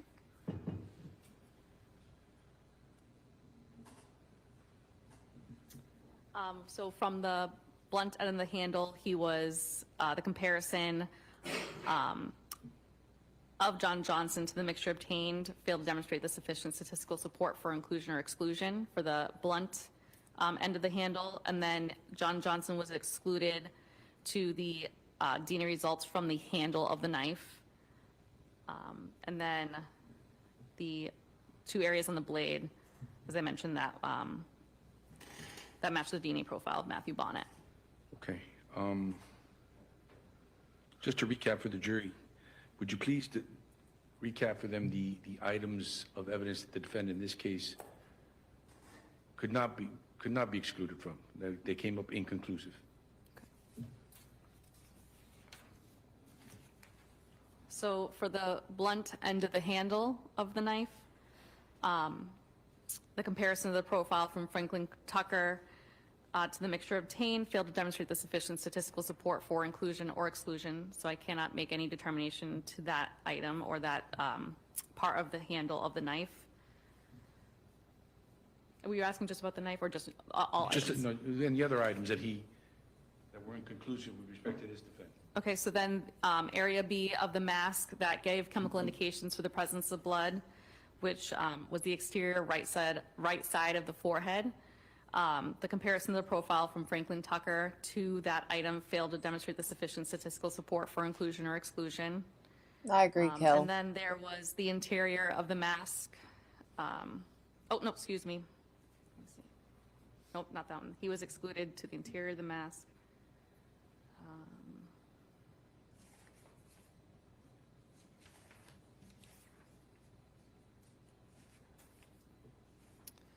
To the inside left wrist of the first shirt, the dark blue long sleeve shirt that I mentioned. Comparison of the profile from Franklin Tucker to the mixture obtained from item 11C, which is what I call it, the inside left wrist. It failed to demonstrate sufficient statistical support for inclusion or exclusion to that item.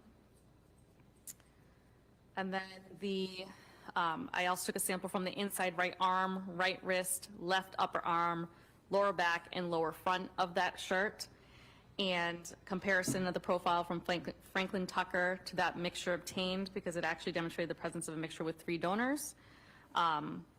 It failed to demonstrate sufficient statistical support for inclusion or exclusion, so no determination could be made regarding the contribution of Franklin Tucker to that item.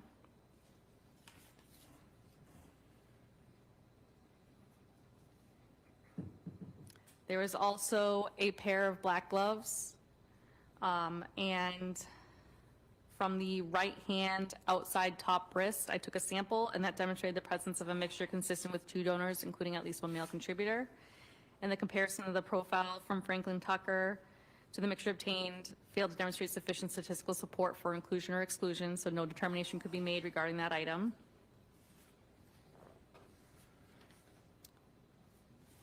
Then from the left hand inside of a glove, comparison of the profile, well, that first demonstrated the presence of a mixture consistent with 3 donors, including at least 1 male contributor. And the comparison of the profile from Franklin Tucker to that mixture obtained failed to demonstrate sufficient statistical support for inclusion or exclusion.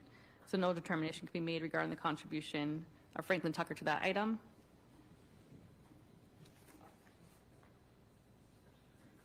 All those words just kind of mishmash and tangle around in my head. I'm like, just say, we can't say that it's his DNA on it.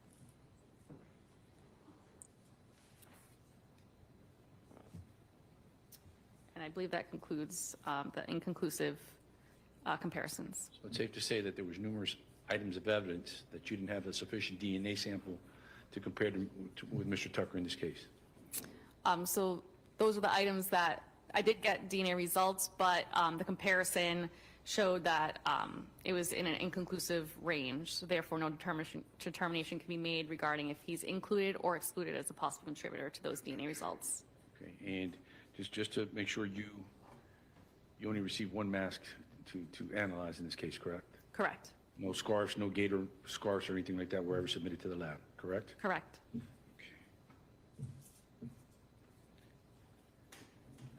You testified with respect to, I guess, the level of DNA on the knife with respect to Mr. Wilson. What was that level? Do you mean the amount of DNA that was actually present? Yes.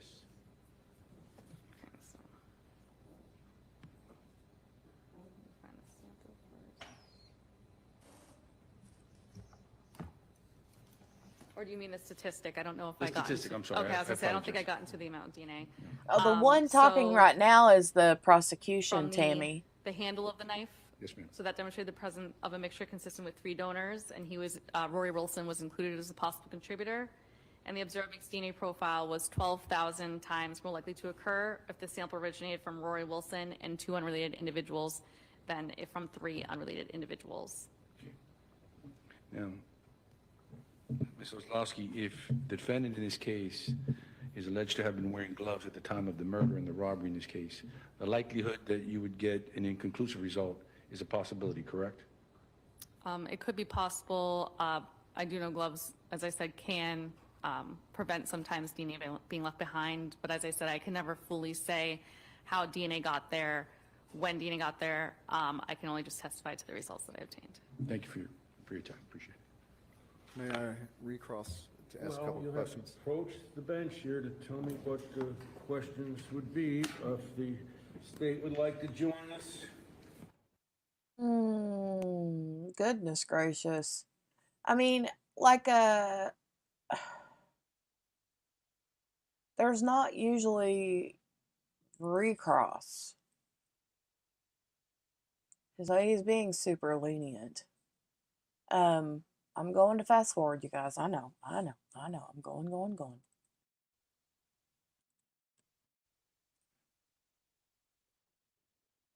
Recross.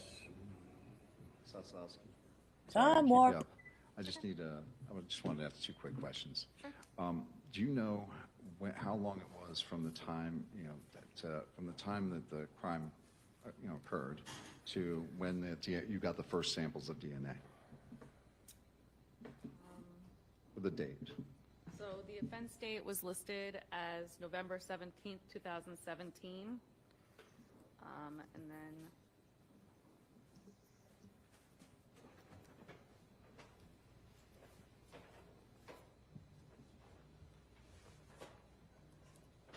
I began working some of the items in this case August 14th, 2018. So we're talking. I don't know, Lee. And then, let's see, so my report for the first submission of items was released in December 7th, 2018. I don't know if that's easier, maybe. It's approximately a year. Is that it? Approximately, yes. And that was all the standards, and the knife, and the mask. Crisscross And applesauce, then I had right? additional submission of items, and that include the dark blue long sleeve shirt and the gloves that I had mentioned. And that was submitted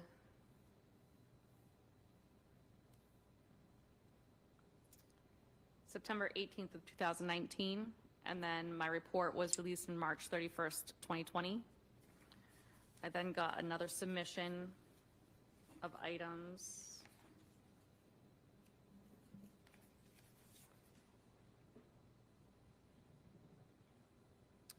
The items were submitted on March 18th, 2020 and April 30th, 2020.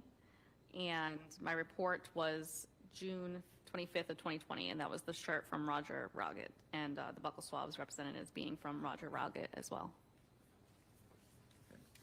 And just one more time, one more question here is, okay, inconclusive means exactly that, right? Can't be excluded, included, it means exactly that, right? Correct. Okay, thank you. Oh, and please enjoy your afternoon. Thank you. No further questions for the witness, Your Honor. She's excused. Okay? So my release for my... Yes, ma'am. Sheesh. Sheesh. That was forever. And ever, and ever, and ever. Yeah, it was definitely a big win for him, 100%. I mean, and like Lee said, there's nothing that proves or disproves. All right, members of the jury, we're getting near the end of our day here, but I do need to ask you to go in the jury room for a few minutes. I'd like to discuss a few things with the attorneys, and that way I can give you some very clear direction for future. So please go in the jury room for a few.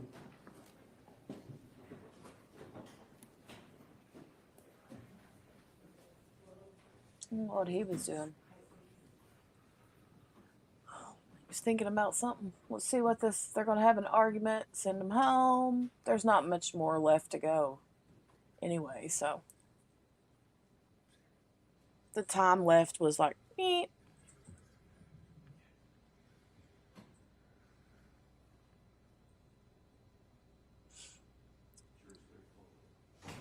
Excuse me, guys. Jurors are gone, so what's on the state's agenda?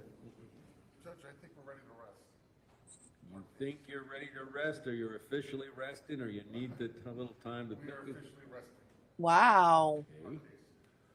Right, so then, what does the Wow. defense want to do at this particular time? Well, Your Honor, we'll go ahead and, let's see, tomorrow's Friday. I'm going to go ahead and see if I can get Ms. Paul Belmont, assuming, we are going to file a motion for acquittal, but, assuming that doesn't get it. Well, file a motion, I mean, that. I assume it doesn't get approved, but, it doesn't. Well, I mean, that would be something that I would be dealing with first thing in the morning. It's. But could we go in the afternoon? No, that's not, no, that's not.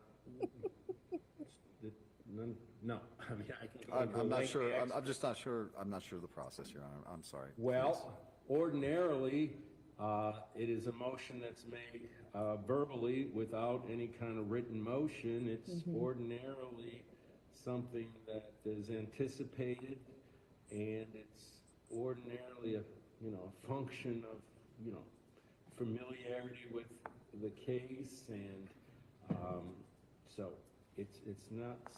So it wouldn't be something that I would say we're going to put the jury off for the afternoon when it's something we can deal with in the morning, and I don't see any unfairness to expect if you're going to make such a motion. Again, it doesn't have to be in writing.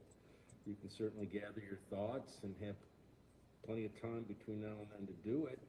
So that would be fine, Your Honor. The only thing is, at that point, we'll go ahead and I plan on calling Ms. Belmont. Okay, so has all the groundwork been laid for that? Because I assume it's going to be by the Zoom, and I assume that the setup in the, I assume she's still in the hospital. I don't know that. She is still in the hospital, yeah. So, and whatever equipment she needs on that end, and whatever address that she needs to hook up here, and whatever additional preparation you've made through our technical team. As always, the devil's in the detail. Your Honor, the only detail that I don't have control over is the state. They wanted one of their investigators to be present. Ms. Belmont did actually have a request from the state, if they would want to hear it, that, you know, she's worked with a few of the investigators at the state attorney's office before. She was comfortable with, I think it was Frank Zamora? Frank Zamora and Tom Walker. She's comfortable with either one of them. I would ask that the state maybe take that into consideration. So we'll have one of them, we'll have one of our investigators at the hospital tomorrow morning, Judge. Is she at Lower Keys Medical? She's Lower Keys Medical. can we see if Carrie's still here? I don't know that he is or he isn't, but And did Your Honor get the letter from her physician? no, I didn't. But I'm not questioning that the Zoom is all right. No, it's okay. I was curious because I know she said it was sent in. Okay, I haven't received, my judicial assistant has not provided any kind of email or fax or otherwise U.S. mail. I know last time it ended up with the state attorney's office. I'll have to see if that's where it got sent. But that's not going to be a hang-up for me at this point. I wasn't able to get in touch with him in his office, Judge. Okay. So, I'm just concerned that logistically, I don't know. None of us have been provided with the Zoom link yet. I don't know if that's going to be done tonight. I assume that Your Honor will get a Zoom link and we'll sign in the courtroom, I guess, and have her. We'll be here with the defendant asking questions. She'll be appearing on Zoom. We'll have our investigator over there.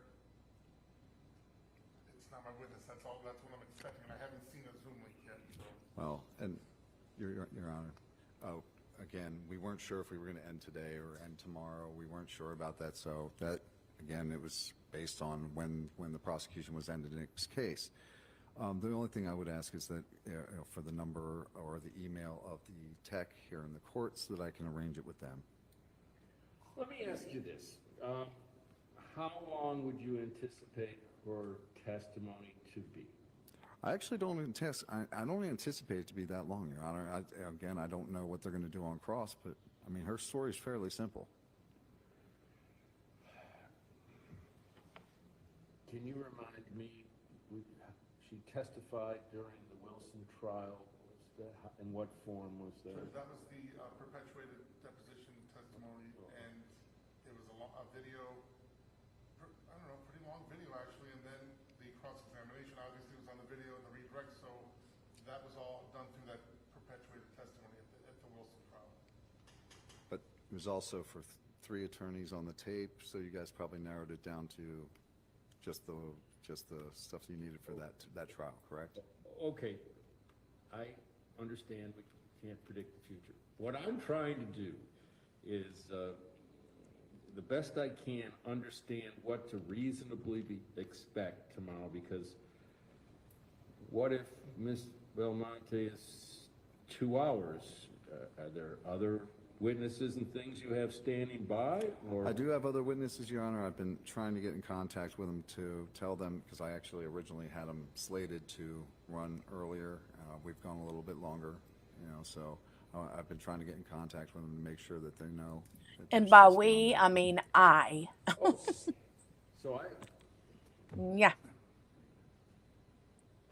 I think if we try to put Ms. Belmonte on tomorrow morning, we could run into problems. I don't know, if our tech fellow, I would think he'd be available, if not, certainly one of our other members, but is everything going to go smoothly? Or is it better to as much as I hate to say this, deal with the JOA motion, deal with the technical stuff regarding any issues about the Zoom, and have the jurors come at 1 o'clock, so presumably at that point in time, everything's in place for that presentation. Judge, I think that's probably, I'm with you, it's unappealing, but I see where Your Honor's thinking. We're gonna have the jury sitting waiting for us in the morning while we work all this out. Yeah. And I would rather not have that. Yeah, I mean, I'm just, again, trying to be cautious and considerate of those folks. So we come in and I find out our main guy isn't here, we get someone else. Well, what kind of Zoom address? How's that equipment working? Have we tested it? I would agree, Your Honor. It's just better to have that cushion. Understood, Judge. Just so Your Honor's aware, Judge, as far as the Zoom link, because I have the Zoom application on my phone. If Mr. Tucker or his representatives have that link or that application, they simply send the state an invitation. We can log on here via the court's internet system and join that meeting, but there are certain steps that need to be taken on Mr. Tucker's part at the hospital to get that in the way. Well, I mean, I like your knowledge and your, your level of understanding. It just, in my experience, things go wrong. Stuff happens. So, Technology. what I say is, I'm going to tell the jurors, come back at 1 o'clock. I'm going to tell us to be here at 9. I'm going to hear Mr. Tucker's motion for judgment acquittal. I'm going to then see if we can, whatever logistics, whatever coordination needs to be done to be sure that the testimony of Ms. Belmonte is as smooth as possible in terms of the presentation, the communication, and then if you can have someone else available after her, fine. Other than that, I guess you'll have the weekend to line up whatever else you anticipate, but we can deal with that tomorrow. So that's the plan. Anybody have any questions? No, Your Honor. No, Your Honor, thank you.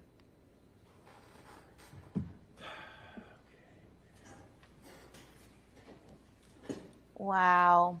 Another crazy day in court today. Oh, that's a good question. Are you going to rest in front of the jury? We will go ahead and do that right now, sir. All right. Very good. So they're going to rest in front of the jury. He's going to send the jury home, tell them what time to be back tomorrow, yada, yada, yada.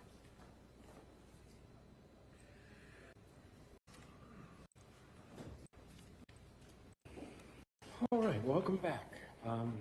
Mr. Mansfield, on behalf of the state of Florida. Yes, Judge, at this time, the state of Florida rests its case. We presented everything we intend to present. All right, members of the jury, the state has now rested its case in chief. So that's a point in the trial where the judge has to conduct some proceedings outside of your presence. Again, this is normal. That's the way trials go. You can see what time it is, so it seems to me that it's a good time to excuse you until 1 p.m. tomorrow. We'll take care of what we need to take care of, which is not short.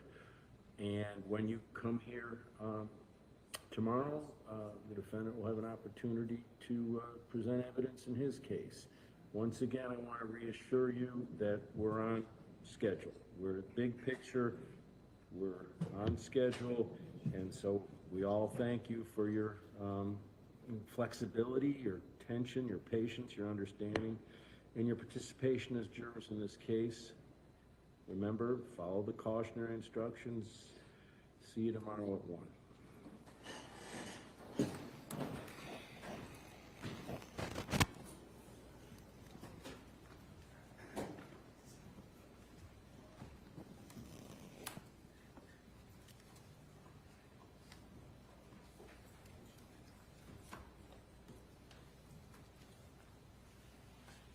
Okay.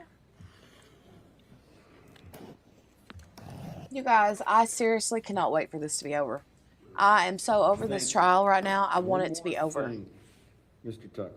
Yes, sir. I really don't want to go through the empty chair tomorrow made yourself morning. clear. Would you like to start at 9:15 tomorrow so you can factor in the traffic and all the other? Well, Your Honor, whenever Your Honor is. Well, I understand that. Like I said, I really don't want to have to I will do deal everything. with that issue or unpleasantries. So if I give you an extra 15 minutes, that ought to assure your punctuality. Yes, sir. And like I said, I apologize. It's just, I know, I But, understand. I will actually do every effort to make sure I am here early, Your Honor. Okay, so we'll say 9:15, and then whatever, in terms of setting up this Zoom testimony, let's kind of anticipate it. And we'll hear the motion for judgment of acquittal, and we'll go from there. So have a good evening. Thank you, Your Honor. 9:15. 9:15. Wow. No, Tammy, they're not. Well, the state is done. They're done. They rested their case. So tomorrow starts the Paula. They're supposed to start with Paula in the morning. So that's the plan. I mean, the defense, he starts his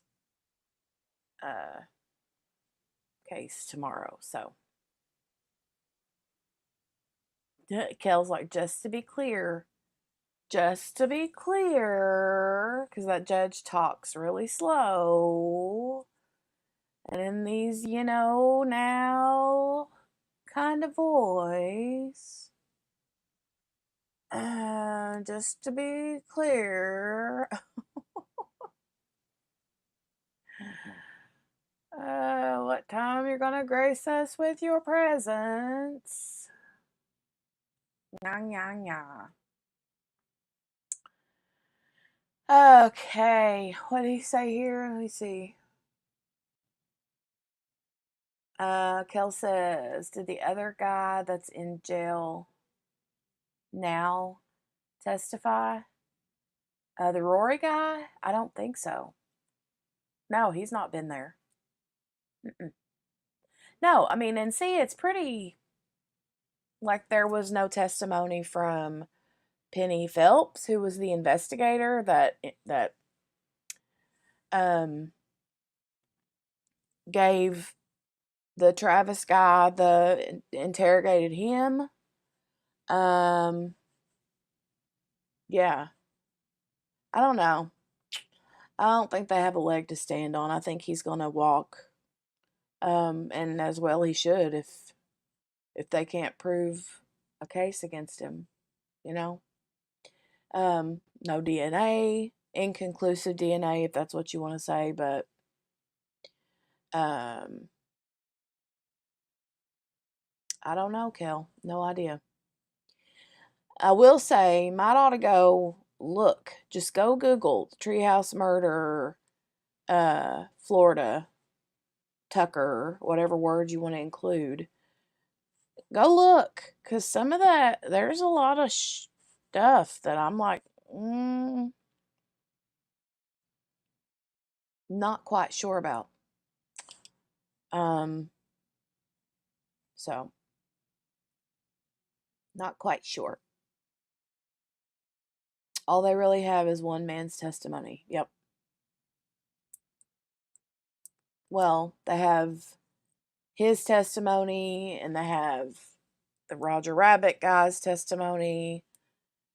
And that's really it.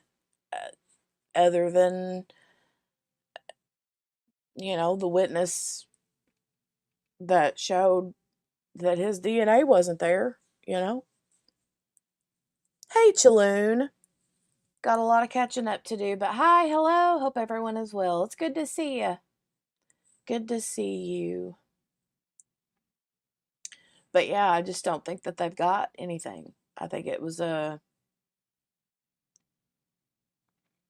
if he's found guilty, I would be shocked. Seriously shocked. Because all they have is basically someone else's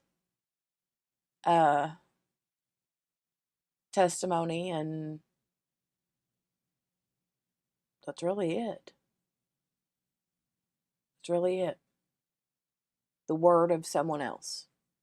So, and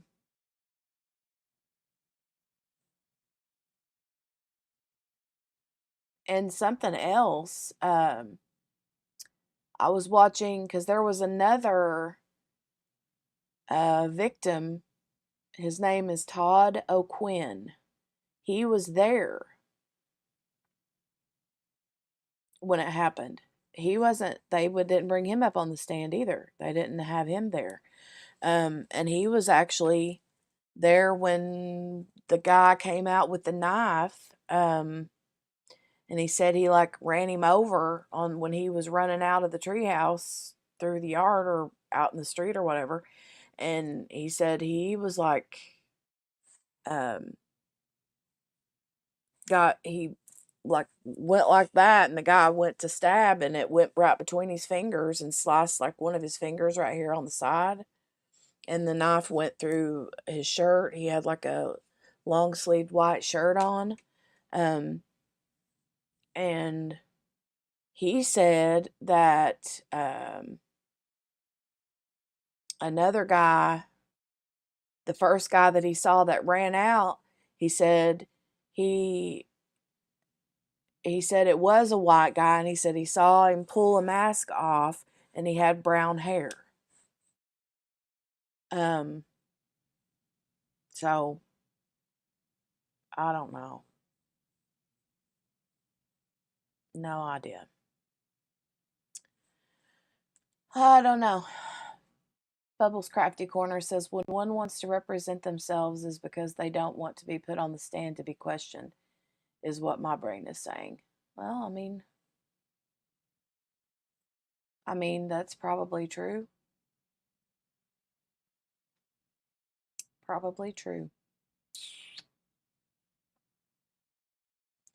But you guys, I'm gonna go ahead and get out of here. It is 7:13 p.m. Eastern. Been on for a long time today, so I'm gonna jump out of here and get some more work done before 10 o'clock Eastern tonight. So I will see you guys in the morning. Supposed to be court resumes at 9:15, so plan on being here around 9 a.m. I guess. So yeah. All right. Plan on being here about 9 in the morning and see what we can get into. Hopefully we can get this trial over and done with. Maybe he'll be done tomorrow, and who knows? We'll see what else we can get into. All right. Make sure you guys give the video a thumbs up before you leave. Thank you for spending all day with me. You guys are amazing as always.